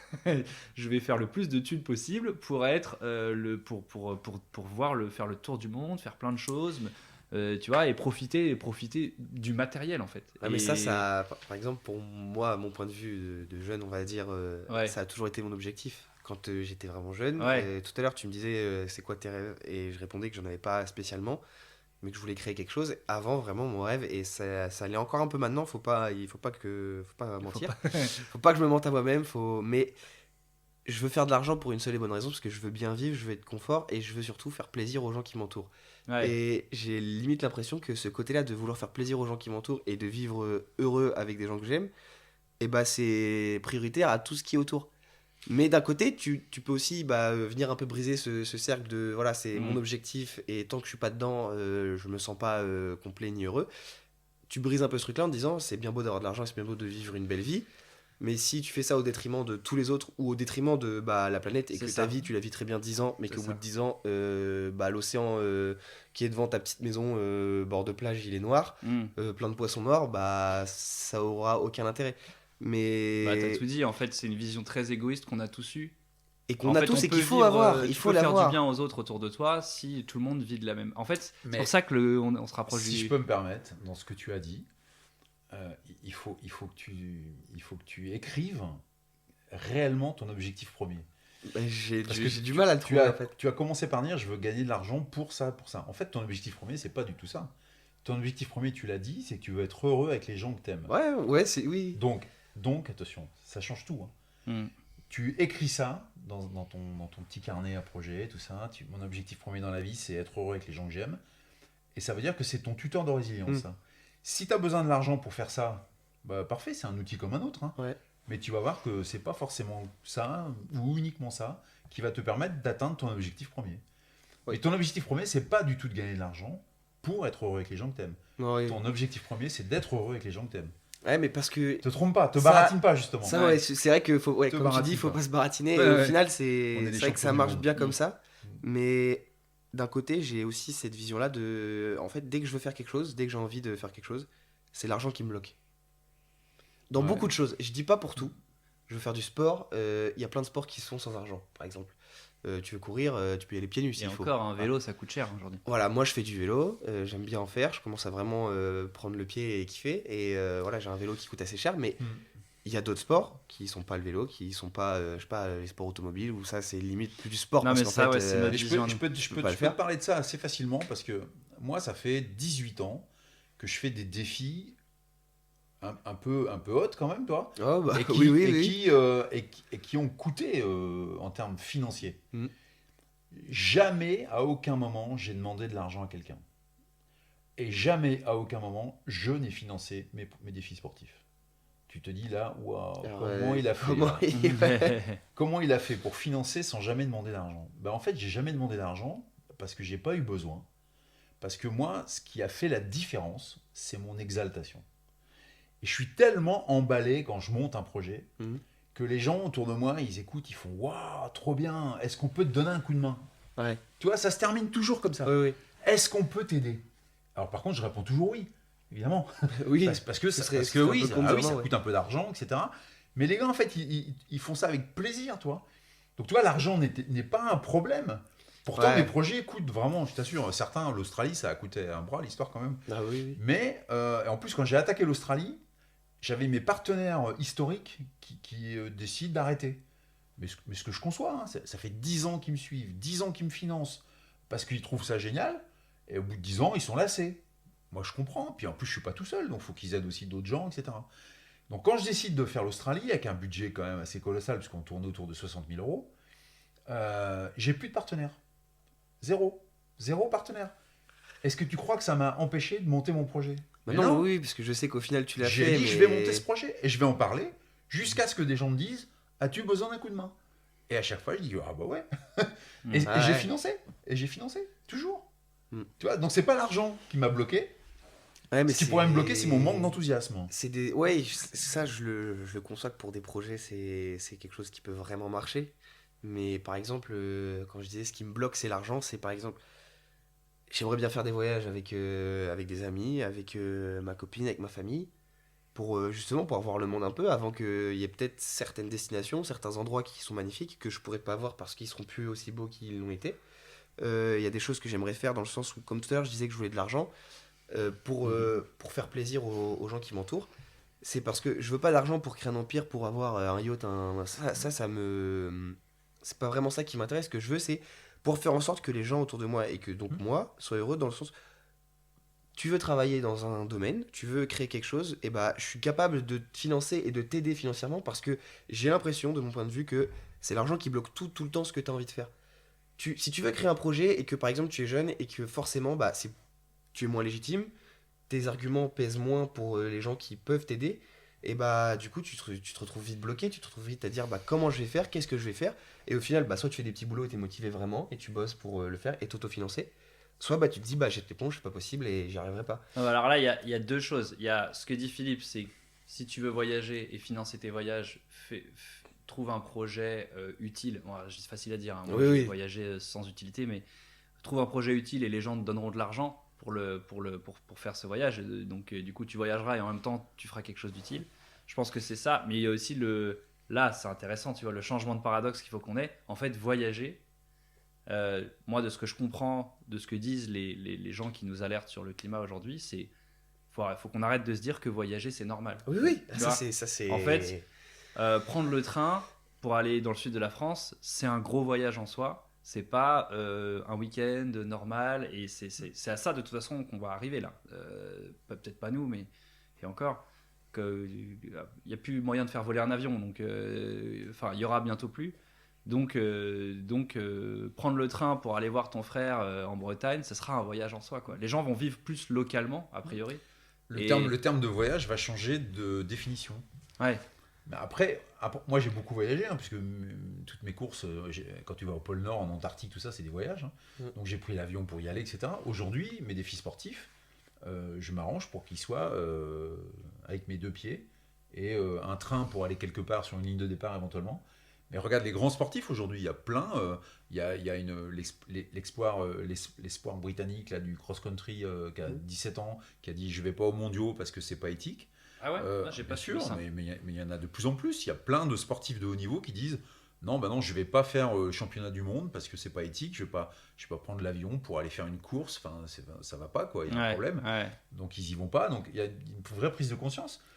et des actions qui sont menées. Voilà. Mais je reviens juste sur ton histoire d'argent parce que ça m'intéresse, parce qu'en plus, je peux t'en parler avec légitimité. Oui. Moi, j'ai créé une entreprise en 89, d'accord, avec 2 particularités. La première, c'est que je crée une entreprise dans un métier où j'y connaissais rien du tout. Quand je te dis rien, c'est rien, rien du tout. Donc j'ai été m'associer avec un gars qui savait de quoi ça parlait. Voilà. Parce qu'il faut toujours mieux 50% d'un gâteau moelleux que 100% d'un gâteau sec, hein. Toujours. Non mais c'est important. Oui. Donc voilà, je me suis associé avec un gars qui lui savait et puis qui m'a aiguillé. Ensuite j'étais pauvre. J'avais pas 1 euro en poche. Enfin à l'époque c'était en francs, j'avais pas ça fait vieux de dire ça. J'avais pas 1 franc en poche, j'avais rien. J'avais rien parce que mon papa était ouvrier, maman était à la maison, donc il n'y avait pas d'argent du tout. Et moi je décide d'être entrepreneur. Donc, Voilà. Toi, je doute de rien, moi, toi, je doute de rien. Je veux être entrepreneur. J'ai pas de connaissances, j'ai pas d'argent, mais je veux être entrepreneur. Bah, à ton avis, j'ai été quoi? Bah, j'ai été entrepreneur. Et à un moment donné, bah, quand t'as pas d'argent, bah, tu vas voir les banquiers disent, bah, vous avez un apport? Bah non, bah, il faudra un apport. Ah bon, d'accord. Bon, bah, j'ai été chercher un apport. Où est-ce que j'ai été le chercher, l'apport? Exactement comme quand je monte mes projets aujourd'hui. Du haut de mes 25 ans, donc autant te dire que je baragouinais avec un discours qui était nul, toi, qui n'était pas du tout construit, mais j'avais déjà l'enthousiasme.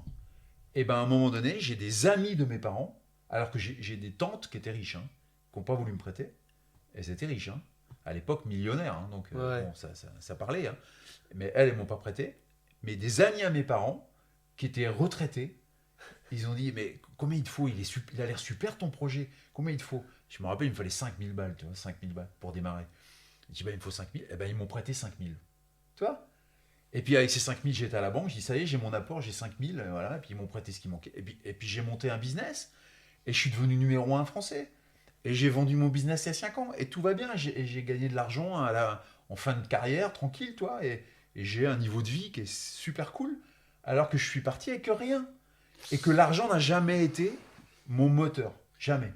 Ouais, Plus j'en ai, mieux c'est je ça, m'en c'est ça qui me fait peur. Moi, c'est ça qui me fait peur, c'est que l'argent devienne mon moteur et que je m'enferme un peu dans cette boucle-là. Moi, il l'est un jour sur 2, hein. Moi, je lutte, enfin, j'essaie de lutter contre ça, mais en même temps, c'est grâce à l'argent qu'aujourd'hui j'ai une maison. Bah, c'est ce que je me dis, quoi.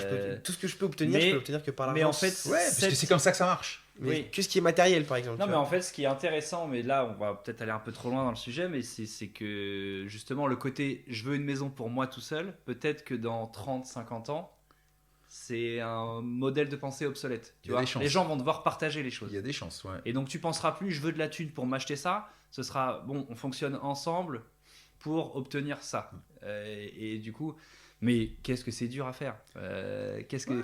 Tu vois, de vivre les uns avec les autres, bah ouais, personne. Mais hein. regarde l'histoire, regarde l'histoire. Ouais. Regarde comment s'est passée l'évolution du monde. Tu vois pas les bouleversements Si, incroyables sociétaux qui ont Ouais. été faits?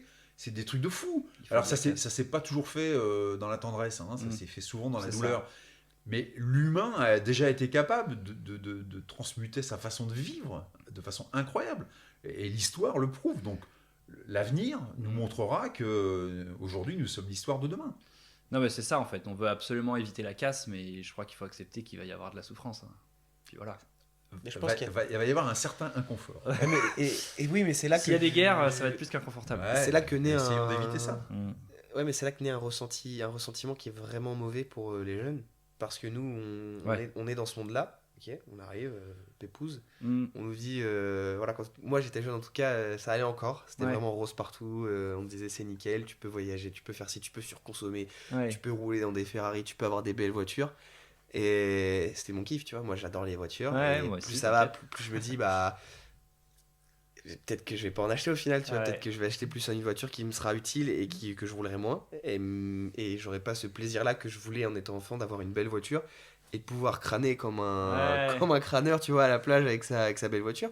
Et on nous vendait tout ça qui était beau, ce qu'on nous voit encore dans les séries, ce qu'on nous voit encore dans les médias, tout ça on en parle beaucoup. qui est resté un imaginaire collectif et qui était réel avant et qui l'est toujours encore, mais qui risque de bouger, et je pense très rapidement. C'est toujours un kiff, et je pense que ce sera un choix aussi à faire entre, bah voilà, est-ce que si tu veux une belle voiture, tu fais énormément d'efforts à côté pour être droit dans tes baskets en rapport avec soit l'écologie, soit l'argent, soit ta famille, enfin avec plein de choses. Mais nous a vendu tout ça. On nous a dit voilà, c'est possible. C'est les objectifs qu'on se fixe un peu tous, quoi. De la belle voiture, la maison, la famille, le métier de rêve, les voyages. Chacun son objectif, mais chacun un objectif. Donc, qu'on veut tous accomplir. Et au final, j'arrive là, 18-19 ans. Je commence à vraiment m'intéresser à tout ce qui se dit, tout ce qui se passe autour de moi, les autres pays. Bon, déjà, Covid, bam, ça te détend tout de suite. Ça... On me dit, ça fait 100 ans qu'il n'y a pas eu de galère de ce niveau-là. Bon, c'est un peu mentir parce que chez nous, il n'y a pas eu de galère comme ça. En Afrique, ils souffrent depuis longtemps et on ferme un peu les yeux. D'autant plus nous, la jeunesse, où voilà, ils souffrent, on le sait, mais c'était pas du tout ma préoccupation quand j'étais jeune. Moi, c'était jouer au Lego et m'éclater avec mes potes. Donc plus je grandis, plus je commence à me rendre compte des trucs. Donc là, t'as le Covid qui te tombe dessus, ce qui est un peu extraordinaire pour des Occidentaux, des Français, tout ça. Et du coup, tu te poses des questions, tu te dis que ça remet un peu tout en cause. Tu sors du Covid après moult problématiques. On te dit c'est bon, tu vas pouvoir reprendre ta vie comme avant. Ah non, attention, crise énergétique. Ça fait chier quoi, encore une fois. Crise énergétique, ça commence doucement, donc tu te dis ça va, on va s'en sortir. Et là, t'as un mec à l'autre bout du globe qui dit bah non, il y a une population que j'aime pas, je vais aller les emmerder et je déclenche une guerre. Et hop, donc une guerre, déjà, ce qui nous a depuis longtemps pas touché, nous, de proches, aussi près que ça. Du coup, la crise énergétique, elle remonte. La crise du travail, du chômage, la crise économique, les mouvements sociaux, la crise écologique, les crises sanitaires. Mais t'es en train de dire qu'il y a de la crise tout le temps. Tu sais quoi ? Tant de mots que je ne connaissais pas quand j'avais vraiment 14 ans, tu vois. Et donc il y a 4 ans. Sur un laps de 4-5 ans, t'as tout ça qui te tombe sur la gueule, t'es jeune. Et bah tu sais quoi ? Et tu sais plus trop comment réagir. On n'a jamais eu autant d'opportunités de changer notre fusil d'épaule. Comme on l'a toujours dit, c'est dans les périodes de crise qu'il y a le plus d'opportunités. Et ça, c'est vrai. Bien sûr. Et je le conçois et je le comprends. Mais d'un côté, ça nous bouscule. J'ai tellement peu d'expérience que, tu vois, j'étais en petite montée exponentielle et tout. Super, je commence à prendre des connaissances, des amis, de l'argent, tout ça. Vraiment, je commence à être bien. Et là, poum, une petite chute. Et au final, je commence à stagner et à me poser plein de questions, notamment sur mon avenir, alors qu'avant j'en avais beaucoup moins. Comme tout le monde, on en a, voilà, qu'est-ce que je vais faire plus tard, comment je vais vivre, comment je vais subvenir à mes besoins, à mes envies. Mais là, c'est même plus ça, c'est comment je vais vraiment... pour certaines personnes, c'est comment je vais manger demain, pour beaucoup de jeunes, de plus en plus. Même pour des gens qui ont un âge qui n'est pas le mien, 40 ans, qui travaillent depuis longtemps, qui avant allaient bien, qui maintenant ne vont pas bien. Comment je vais me chauffer, où est-ce que je vais dormir, enfin... Tant de problématiques qu'au final, moi, j'ai pas parce que j'ai la chance de bien vivre, mais qui viennent à se poser à moi et qui se mettent devant moi et je sais pas comment réagir. Et ça m'inquiète beaucoup. Et c'est pour ça aussi que je comprends que les jeunes, d'un côté, ont envie de bouger et de changer les choses via l'écologie. Mais d'un autre côté, au final, t'as plus envie de... Parce que l'écologie, c'est cool, c'est bien, il faut le faire, il faut le changer. Mais si tu règles... Imaginons, on règle l'écologie comme ça du jour au lendemain, on a trouvé la solution... Voilà. T'as la guerre, t'as l'insécurité, t'as l'insécurité financière, moi je parle de ça. Ça c'est corrélé en fait. Oui, c'est corrélé, mais. La solution là, en fait. T'as tellement de galères qu'au final tu te poses tellement de questions que t'es limite à te dire voilà, tout ce qui me fait chier, et puis je vais avec les copains en bar, on se voit une petite bière, en prenant la voiture, en mangeant un McDo, qui a rien de bon au final, mais. C'est ce qui te fait te décompresser. Oublier les problèmes. La réelle problématique et du coup, c'est un cercle vicieux, quoi. C'est pas un cercle vicieux, c'est que, en fait, tout ça, on l'a déjà vécu, en fait. On l'a déjà vécu, pas toi, parce que t'es tout jeune, mais on l'a déjà vécu dans plein de périodes différentes. Ce qui est différent par rapport à hier, c'est qu'aujourd'hui, ça se succède à une vitesse de dingue. Mais des problématiques en tout genre, on en a eu, mais plein. Tu ouvres les livres d'histoire, il y en a eu, mais autant qu'on en veut. Hein. Et des trucs même un peu durs et violents. Mais sauf qu'aujourd'hui, ça se succède. Et je reviens juste pour rebondir sur ce que tu disais, sur la peur de mon avenir, etc. Et sur l'âge. Tu vois là, ce qui est rigolo, comme tu disais, tu nous as réunis, voilà, t'as 20 ans, t'en as 30, j'en ai 60. Mais on a tous un avenir. Hein. Ouais, c'est ça. Oui. Je dis aux gens, arrêtez de croire que sous prétexte que vous avez 60 ou 65 ans, que vous n'êtes pas concerné par l'histoire. Évidemment, non seulement vous êtes concerné, mais en plus vous êtes un peu responsable. Moi, je regarde ce que j'ai fait avant, mais parce que je savais pas, hein, mais je suis pas irréprochable du tout. Hein. Donc, mais ça, je trouve mes plantations d'arbres, pour essayer de corriger le tir. Mais je trouve ça super. Sauf que, regarde, moi j'ai 61 ans. moi j'ai l'intention de vivre centenaire. Donc ça veut dire que j'ai 40 ans encore devant moi. Mais je peux te dire que dans 40 ans, je vais en voir des trucs. Hein. Oui, bah oui, Donc oui. je peux te dire que je suis super impliqué. Mon avenir m'intéresse. Toi, ton avenir t'intéresse. Mon avenir m'intéresse. Ceux de mes enfants, évidemment. Et ceux de des enfants de mes enfants. Mais le mien, déjà, m'intéresse. C'est-à-dire que, évidemment, que je vais voir tout ça, moi. Et ce que je veux voir aujourd'hui, c'est justement ce qu'on est capable de faire. C'est ça qui m'intéresse. Bah ouais, moi, il y a un côté excitant. Hein. De toute façon, d'un point de vue entrepreneurial, non, mais je comprends que oui, ça choque que je dise ça, mais c'est la dernière fois, là, on a fait une conférence avec Philippe, on a assisté à une conférence, pardon, où le mec nous parle de tout ça, il parle des 9 limites planétaires, c'est très angoissant, il y avait que des gens angoissés dans la salle, quoi. Il disait, dites chacun un mot à la fin. Tout le monde était là, préoccupant, angoissant, terreur, horreur, et t'étais là, oh, putain.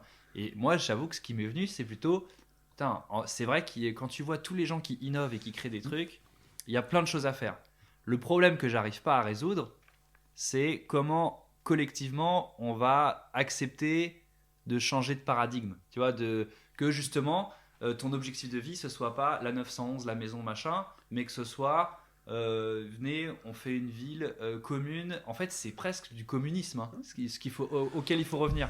Tu vois ce que je veux dire ? Tu te rappelles ce que j'ai dit justement à cette conférence en finale ? Parce que moi j'étais spectateur à cette conférence. Ouais. Et j'ai dit en fait, rien ne se fera sans les 3 A. Parce que, et rien ne se fera dans tout ce qu'on doit faire. Hein. Pour que les choses rentrent en action, il faut qu'on soit en capacité d'adaptation. Et pour être en capacité d'adaptation, il faut être d'abord en acceptation.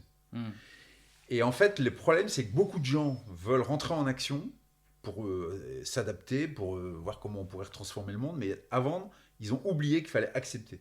Il y a des états de fait. Ouais. À un moment donné, ok, dont acte, ok, c'est le bazar. Dont acte, j'accepte. Je cherche pas à faire oui mais. Non, ok, j'accepte, c'est le bazar. Acceptation de l'état des lieux. Donc derrière, maintenant que j'ai accepté, je me pose pas 20 000 questions qui servent à rien. Et je vais rentrer en adaptation pour pouvoir passer de l'action. Mais d'abord, il faut accepter les choses. Et il y a plein de gens, t'as qu'à regarder les commentaires dans les réseaux. Les gens n'acceptent pas. Non, t'as Jean Covici qui dit un truc, les gens disent ouais, mais peut-être qu'il a tort. Ouais. Lui, pour moi, c'est un monstre de. T'occupes pas de savoir s'il a tort ou s'il a raison.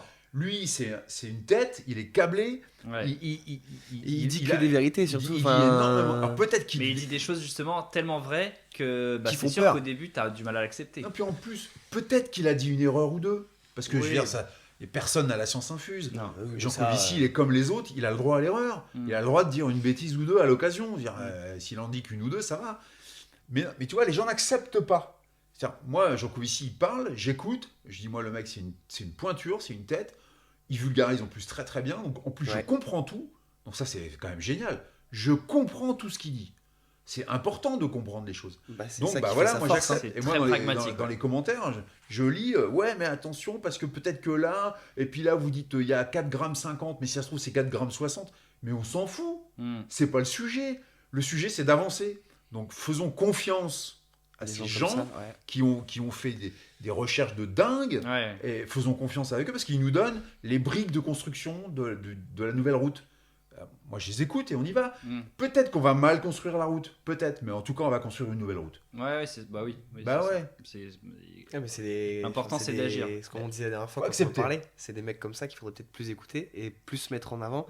Et c'est là que revient encore une fois la problématique c'est les mecs qui sont calés, les mecs qui disent les choses qui sont intéressantes. Qui sont pas écoutés. Qui sont pas mis en avant. Mais il est suivi maintenant, mais pas par les... parce que maintenant il y a une panique à bord là. Non mais lui il est suivi parce que c'est le mec voilà, faut être un peu vulgaire, mais c'est le mec qui a claqué le bec à pas mal de gens qui étaient pas d'accord et qui étaient un peu qui disaient des inepties et qui vraiment voulaient être trop rassurants, alors qu'il faut être rassurant mais pas surtout pas il met trop. les pieds dans le plat. Ce qui est intéressant, lui il est arrivé, boum, il est suivi par beaucoup de de décideurs. Ça c'est important, il est suivi, écouté par énormément de décideurs. Voilà. Donc j'ai vu en action. Au gouvernement, il a fait une longue. Enfin, je sais plus. Il y a eu une commission d'enquête qui a été sur la. Il fait partie de la commission climat. De toute façon. Ouais. Et il y a eu une commission d'enquête sur la comment on appelle ça déjà, la souveraineté énergétique. Ouais. Et il a commencé son intervention en disant il y aura jamais de souveraineté énergétique. Vous faites une centrale nucléaire, tu trouveras pas tous les matériaux dont tu as besoin en France. Donc tu es forcément dépendant des autres. Mais ce qui est marrant, c'est que tu vois les politiques qui te disent toujours comment on fait pour être souverain et que ce soit tout made in France. Mais c'est parce que ça, c'est depuis la création des nations. Ouais, c'est une connerie, ça aussi. Enfin, l'humain, on est tous les mêmes, on est tous les mêmes sur la même planète. Hein, donc, pays ou pas pays, je pense qu'on devrait tous s'entraider. Et le problème, c'est que voilà, y a des régimes qui sont pas trop dans ce délire-là actuellement, mais peut-être que la crise actuelle fera en sorte qu'on le devienne de plus en plus. Ouais, il va y avoir écrémage. Mais En tout cas, il y a remise en question, ça c'est sûr. C'est déjà bien. et puis remise en question qui peut-être amener des décideurs à vraiment commencer à agir et à se réunir autour de la table parce qu'ils le font. C'est déjà bien de le faire. Faut aussi le soulever, il faut aussi le dire que c'est bien de faire des choses.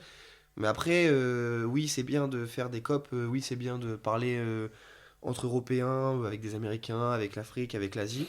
Mais au final, j'ai quand même l'impression, en tout cas de mon point de vue, que l'action des politiques et l'action des gros poissons, des gouvernements, des gens qui ont le pouvoir, et je trouve qu'ils agissent pas assez et qu'ils se posent pas assez de questions ou alors qu'ils communiquent pas assez sur les actions qu'ils font et enfin, Ouais, non, mais c'est compliqué. j'ai quand même une impression d'inaction des décideurs et de certaines personnes qui ont le pouvoir de vraiment changer les choses. Et c'est ça que je trouve dommage. Que ce soit des gens qui soient considérés comme lambda ou qui aient peut-être moins de pouvoir, qui soient obligés de se bouger, qui soient obligés de prendre de leur temps alors qu'ils auraient pu faire d'autres choses ou consacrer ce temps-là à des projets qui auraient aidé. Et de prendre de leur temps et de leur énergie à devoir montrer aux gens que oui, il y a un problème et devoir limite leur prouver qu'il y a un problème alors qu'on ne devrait pas avoir à le prouver qu'il y a des choses à faire et qu'il faut faire des choses. Et ça que je trouve aussi un peu dommage. Et j'ai peur qu'on réagisse un peu trop lentement face à ça. Qu'on réagisse lentement, ça c'est sûr. Bah, c'est déjà trop Après, tu vois un gars comme Jokovici qui s'occupe de Shift Project. Shift Project, c'est leur boulot de mettre en évidence les orientations possibles de réorientation. Ils font que ça en fait. Shift Project, ça ne fait que ça en permanence. Donc ils travaillent, ils sont je sais pas combien à travailler pour ça. Et heureusement, voilà, on a des têtes pensantes là qui sont en train de réfléchir parce qu'ils ont un cerveau mieux câblé que le nôtre et ils réfléchissent à des choses qu'il faut maintenant, c'est qu'ils soient écoutés et que derrière on se réoriente correctement vis-à-vis de ça, quoi. Mais t'as raison, c'est trop lent, c'est beaucoup trop lent. Ouais. Mais du coup, pour en vrai un peu rebondir avec ça, est-ce que toi, du coup, avec toute ton expérience, tu aurais des projets, enfin pas des projets, mais des actions à mettre en œuvre pour les jeunes, on va dire, que tu fais tous les jours pour l'écologie ou pour entrer dans cette démarche-là de respecter un peu plus l'environnement et ce qu'on fait autour de nous. Est-ce que tu aurais des petits tips, on va dire, des astuces ou à faire? Tu dis quoi à tes gosses? Ouais, voilà. On va plus poser cette question-là parce que Ouais, c'est intéressant quand même. Alors moi, je dis à mes gosses 2 messages principaux. Le premier, c'est ne fais que ce qui te passionne. Ça, c'est le premier point. Parce que, comme je te l'ai dit, j'ai beaucoup parlé d'enthousiasme et d'exaltation. C'est ce qui a dirigé ma vie, c'est ce qui continue de diriger ma vie. Et je dis à mes enfants, ne vous laissez jamais embarquer dans autre chose que votre passion. Ça gagne ou ça gagne pas, c'est pas le sujet. De toute façon, ça finira toujours par gagner, te tracasse pas. Ouais. Parce que c'est vrai, en plus, ça finira toujours par gagner. Donc la passion. Et puis ensuite, je leur dis, avant de faire quelque chose ou d'acheter quelque chose, voilà, pose-toi la question de savoir si c'est intelligent de le faire ou de ne pas le faire. Si c'est utile ou futile.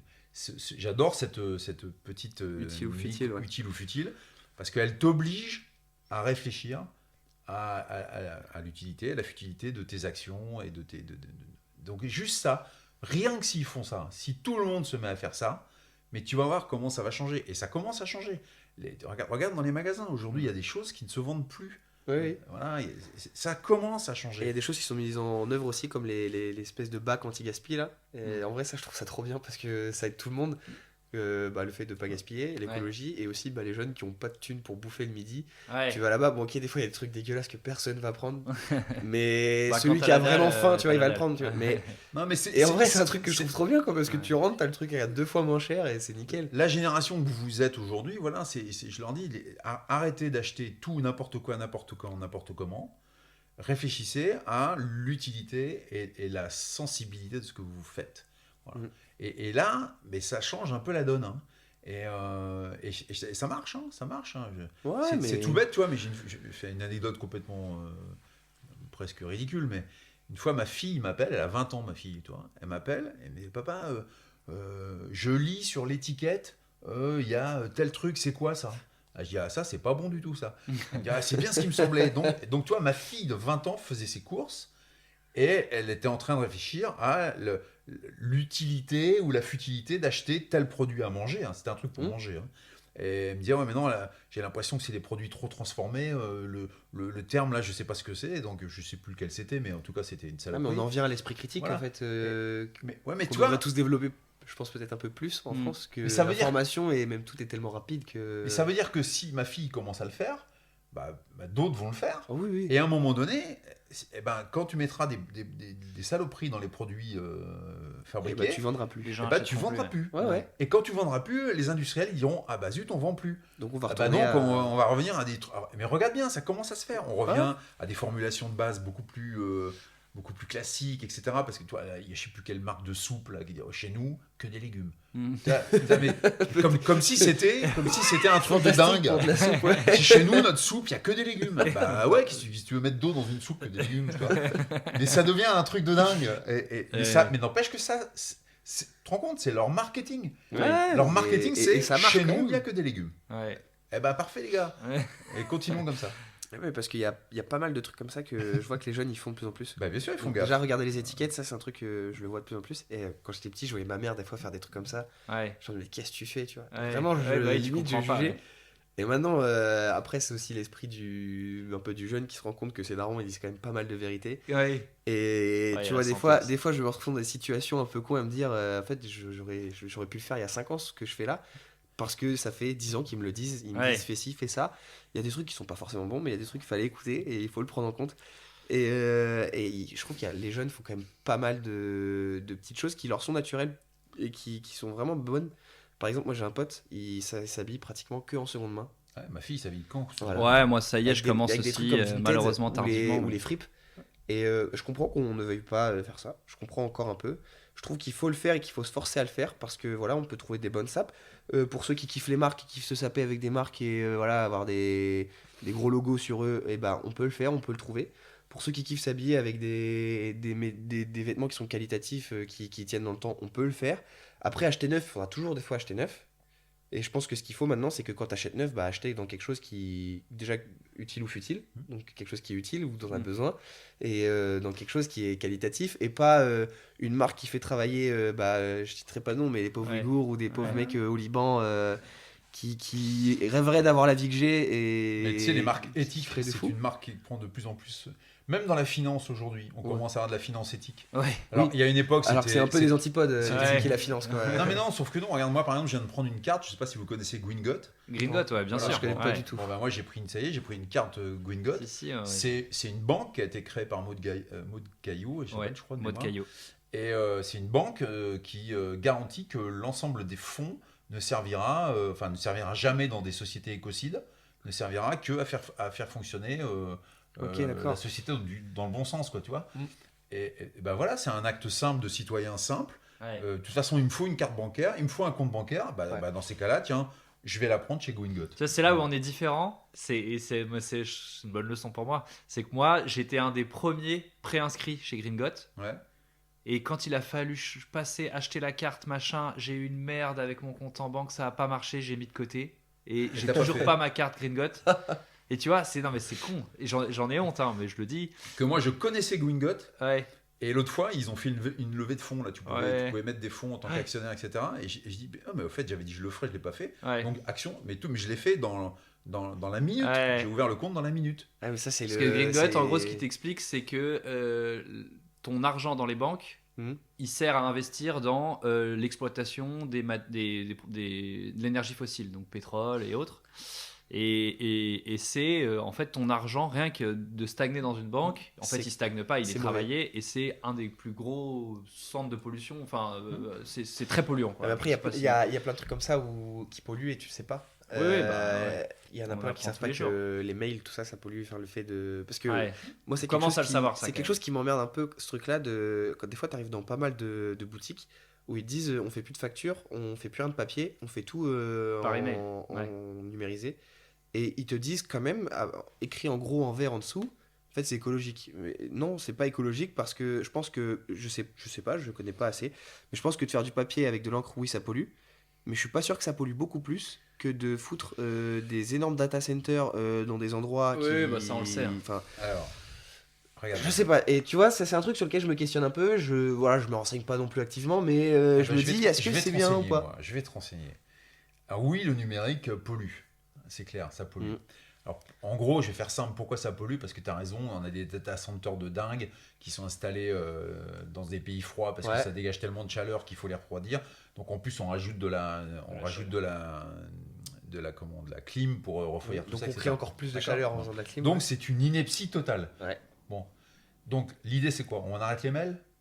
Non, l'idée c'est de se dire, mais comment que ça se fait qu'on fait des data centers démesurés qui génèrent de la chaleur de dingue, qu'on installe dans des pays froids? Comment ça se fait ça? Parce que, mais c'est stupide.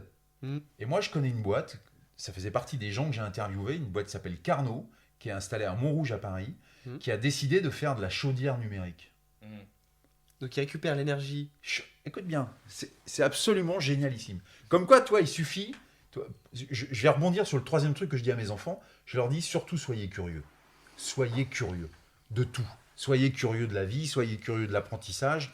Apprenez toute votre vie. C'est hyper jouissif d'apprendre, donc soyez des curieux. Voilà ce que... Pour terminer sur ce que je dis à mes enfants, et ce que j'incite à tout le monde, mais pas qu'à mes enfants d'ailleurs, soyez curieux. Carnot, en fait, ils font de la chaudière numérique. Alors, c'est quoi? C'est en fait, ils font des mini data centers qui disséminent partout dans les immeubles. Quand tu as besoin d'envoyer des mails, de machin, de faire des calculs et tout ça. Donc, leurs gros clients, c'est les banques, les assurances, les grosses compagnies d'assurance, les grosses compagnies bancaires qui génèrent des flux de calculs. C'est du délire. Donc, tu as raison, là, pollution numérique, XXL. L'intérêt des banques, c'est qu'aujourd'hui, au lieu de faire des demandes de calcul sur des data centers basés en Sibérie, ils font de la demande de calcul à Montrouge sur des mini data centers basés n'importe où en France. Donc déjà, leur demande de calcul va permettre de générer une chaleur qui va permettre de chauffer un immeuble. D'accord? Ouais, c'est génial. Je vois bien. Alors, le gars qui fait le flux numérique peut dire je fais du flux green. Parce que c'est vrai. C'est vrai. 2, le gars qui installe la chaudière numérique dans son immeuble, il n'a plus besoin d'acheter de fuel, du gaz, etc. C'est la chaleur générée par les flux qui génère le truc. Et Carnot, qu'est-ce qu'ils font? Ils organisent avec un algorithme le dispatching des demandes de calcul selon les endroits. 3, énorme intérêt géopolitique. Oui, parce que tu centralises tout chez toi et... C'est-à-dire que là, si un jour tu as une guerre, le mec il dit j'envoie un missile là, un missile là, un missile là, je pète les 3 gros data centers du monde et je fais un blackout complet. Là, je peux te dire que l'information est tellement dispatchée dans tellement de tours qu'il faut savoir déjà où elle est la chaudière. Et puis si t'en bousilles une, t'en as encore 250 000 autres qui tournent. Donc en termes de géopolitique, en plus, tu vois, c'est énorme. Mais le gars a juste réfléchi au sujet. C'est ça qui est intéressant, c'est qu'à un moment donné, les gens que j'ai rencontrés, moi, ont tous fait un truc. Tous, sans exception. Ils se sont tous à un moment donné arrêtés. Ils ont arrêté le flux. Ils ont arrêté d'être dans le speed. Ils se sont dit, mais attends, mais on est en train de tomber sur la tête là. Ça va pas ce qu'on fait. C'est nul. Donc ils se sont tous arrêtés. Par exemple, Miroslav Djanovic, il a un nom compliqué. Djokovic. Non, le patron du Carnot, un des patrons de Carnot. Mais, bon, Miroslav, c'est son prénom, parce que son nom, j'arrive plus à m'en rappeler. À un moment donné, ils se sont dit, mais c'est stupide ce principe de data center. Comment on peut corriger le tir? Et comment j'en fais un business? C'est une idée encore un peu à la... et comment j'en fais un business? Et ça marche. Bien sûr que ça marche, c'est normal. Brillant. Et tout le monde est gagnant. Parce que nous dans le taf que je fais là, frigoriste on va dire, mais je fais quand même pas mal de clim, de chaud, et il y a ce truc-là qui se démocratise de plus en plus et qui sera amené à être le système universel plus tard pour les piscines et les patinoires. C'est que par exemple, nous à Caen, on a une piscine et une patinoire, et ben en fait l'énergie pour pouvoir créer une patinoire qui est froide, c'est de la glace. Donc on enlève les calories qu'il y a dans l'eau, qu'il y a autour de l'eau pour pouvoir obtenir une prise en glace. Cette énergie-là qu'on a, normalement, on est censé la recracher, donc on recrache de la chaleur. On recrache des calories. Mais on a une piscine à côté où on veut chauffer une eau à 23 pour le confort des gens. Qu'est-ce qu'on va faire? Et au lieu de recracher l'énergie de notre patinoire qui est chaude, on va récupérer cette chaleur pour l'insérer dans notre piscine Et notre piscine, vu qu'on veut la maintenir à une température chaude, on veut enlever toutes les calories qu'il y a à l'extérieur. Donc on va créer du froid qu'on va renvoyer dans la patinoire. Et ces trucs-là. Mais ça, c'est déjà le cas, ça? Oui, c'est déjà le cas, Ok, et c'est déjà fait. Et Parce par que exemple... j'allais dire, j'étais à la piscine justement de Caen là, il y a une semaine, j'étais là, putain, c'est vrai qu'elle est confort. Ah ouais, elle est confort. Et les douches sont chaudes. La patinoire marche quand même un bon bout de temps à l'année. Et ce principe-là, on essaie de le démocratiser de plus en plus. Nous, c'est ce qu'on nous apprend à le faire de plus en plus. Je crois que ça s'appelle des ballons thermodynamiques pour les particuliers. Donc en fait, avec des clims qui vont créer du chaud quand on veut faire du froid. Et ben en fait, cette chaleur-là qu'on va créer, au lieu de la relâcher dehors en été, et ben non, on va la prendre pour la réinjecter dans un ballon thermodynamique. C'est un peu technique, mais j'essaie de vulgariser un peu. Mais ce ballon-là, qu'on appelle ballon thermodynamique, lui, il va reprendre cette chaleur-là. Et donc, au lieu de faire marcher une résistance ou une chaudière ou n'importe quel équipement qui peut chauffer ton eau, et ben on utilise ta clim qui te refroidit, mais qui crée du coup de la chaleur qui est mauvais. Et ben on rend ce mauvais-là bon en le faisant chauffer ton eau pour ta petite douche le matin. Pépouze, tranquillou, à 23 degrés ou... Enfin... ta douche à 23 degrés, elle est fraîche. Oui, elle est fraîche. Je sais pas combien je la prends, j'ai pas l'indicateur, je pense que ça va être à 38, je suppose, un peu au-dessus de ton corps, quoi. Et au final, donc il y a plein de principes comme ça qui marchent. C'est le principe de l'énergie fatale, en fait. Ouais. Et c'est super, ça. Je trouve que c'est super. Et franchement, c'est des... c'est comme quoi il y a du progrès. Ouais. Bon, ça fait 1h30 qu'on parle. Je pense que t'as autre chose sur le feu. Mais bon, j'ai laissé la conversation défiler. On a beaucoup parlé écologie. Je voulais qu'on revienne un peu sur le sport. Et j'avais plein de questions à te poser, mais ce sera peut-être l'occasion de se reparler, je pense. Je sais que t'as pas fini de faire des projets sportifs. Non. Là, t'as eu un petit pépin de santé et il faut que ça passe. Mais oui.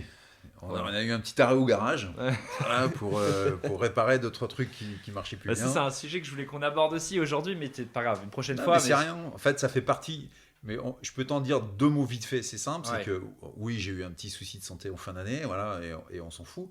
Le truc c'est que évidemment j'ai 61 ans, donc évidemment la machine elle a un peu souffert, ça pique un peu de tous les côtés, etc. Mais à chaque fois, les gens me disent, mais donc tu vas t'arrêter. Je dis, mais pourquoi tu veux que je m'arrête ? Sous prétexte que ça pique un peu, sous prétexte qu'il y a un truc qui marche moins bien, pourquoi tu veux que je m'arrête ? Non, je vais juste m'adapter. C'est toujours le même principe. J'accepte qu'il m'arrive des bricoles. J'ai 61 ans, j'ai beaucoup tapé dedans. J'accepte, c'est normal. Je paye le prix du truc, pas de souci. Et donc maintenant que j'ai accepté ça, et je l'ai accepté, ce truc, voilà, je m'adapte aujourd'hui. Ok, je vais perdre en performance, ok, d'ailleurs, c'est pour ça que je ne vais plus faire des 100 km parce que c'est trop dur. Et que je dis maintenant, voilà, je vais taper sur des 60 bornes parce que 60 bornes, je pense que c'est ma distance fétiche qui va me permettre de continuer de m'amuser alors que la machine est un petit peu abîmée, quoi. Mais c'est pas grave. C'est pas grave. Bah non, mais c'est bien. C'est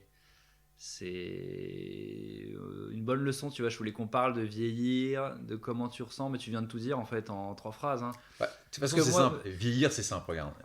Quel est l'intérêt de vieillir ? Est-ce que quelqu'un est capable de m'expliquer ce concept ? Vieillir, moi ça ne m'intéresse pas, hein, vieillir. Non, moi non plus. Donc j'ai arrêté de vieillir, ça fait au moins 10 ans. À 50 ans, j'ai dit j'arrête de vieillir, ça sert à rien. Donc j'arrête de vieillir et donc je ne vieillis pas. Donc j'ai 60 ans aujourd'hui, je m'en fous. Enfin j'ai 61, mais je m'en fous. Et en fait, ce qui est intéressant, c'est pas de vieillir dans la vie. Ce qui est intéressant, c'est de grandir. Et moi, ce qui m'intéresse, et moi, mes enfants, ma femme, mes amis, les gens qui m'entourent, mes cercles, je leur dis, les gars, il faut grandir. Il faut qu'on grandisse tout le temps, tout le temps. D'où la curiosité, d'où l'apprentissage permanent. Je ne sais pas si je t'avais cité la magnifique phrase de Alvin Toffler. Les illettrés du 21e siècle. Non. Je t'ai jamais cité ça ? Non. Trop bien. Les illettrés du 21e siècle ne sont pas ceux qui ne savent pas lire ou écrire. Ce sont ceux qui ne savent pas apprendre pour désapprendre et réapprendre. Ça veut dire que toute ta vie, tu seras un apprenant passionné. Et toute ta vie, depuis que les neurosciences ont découvert qu'on fabrique du neurone et de la connexion neuronale jusqu'à notre dernier souffle, eh ben, profitons-en. Jusqu'à mon dernier souffle, j'apprendrai des trucs, comme disait Dormesson. Bah, c'est une bonne leçon de fin. Je pense que... Non, mais en vrai, c'est bien. C'est le sujet du vieillissement, c'est intéressant. J'ai l'impression que tu as réussi, en tout cas, toi, à te dire l'âge, mes performances physiques vont pas baisser avec l'âge. Alors là, peut-être que ça ralentit un peu. Elles seront moins... ça sera pas celle que j'avais à 40 ans. Ouais. Non, mais parce que moi, je vais vite dans, tu vois, Jean-Baptiste, quand on parle pas mal de sport... Baptiste, pardon. J'ai un pote qui joue en ce moment qui s'appelle Jean-Baptiste. Baptiste, il a 19 ans, il se met de l'entraînement, il se met du vélo, le lendemain il va faire du rugby et machin. Il encaisse quoi. Moi, à 33 ans, ça va. Mais tu commences à voir que quand je courais 10 km en 40 minutes, tu les cours moins vite ou alors faut t'entraîner beaucoup plus. Et tu te dis, je commence à voir que dans 7-8 ans, moi je vais moins, faire le truc. Je serai moins dans la perf. Et du coup, tu seras dans un autre style de performance. Ouais, c'est ça. Et moi, je pense que là, l'âge 30-35, c'est l'âge où tu te dis, ok, il faut que je commence à comprendre que je vais devoir m'adapter. Je sais pas. Souvent 35 ans, c'est la fin des carrières des sportifs. Ça dépend du sport je que sais tu pas. fais aussi, je pense. Par exemple, oui, toi, ça dépend du sport que tu fais. Sport, je me suis jamais posé cette question. Oui, mais c'est ça que j'aime bien. Moi, j'aimerais bien ne pas me poser cette question. J'ai fait du handball pendant 30 ans. Ouais. J'ai arrêté de jouer au hand et j'avais 45 ans. Ouais.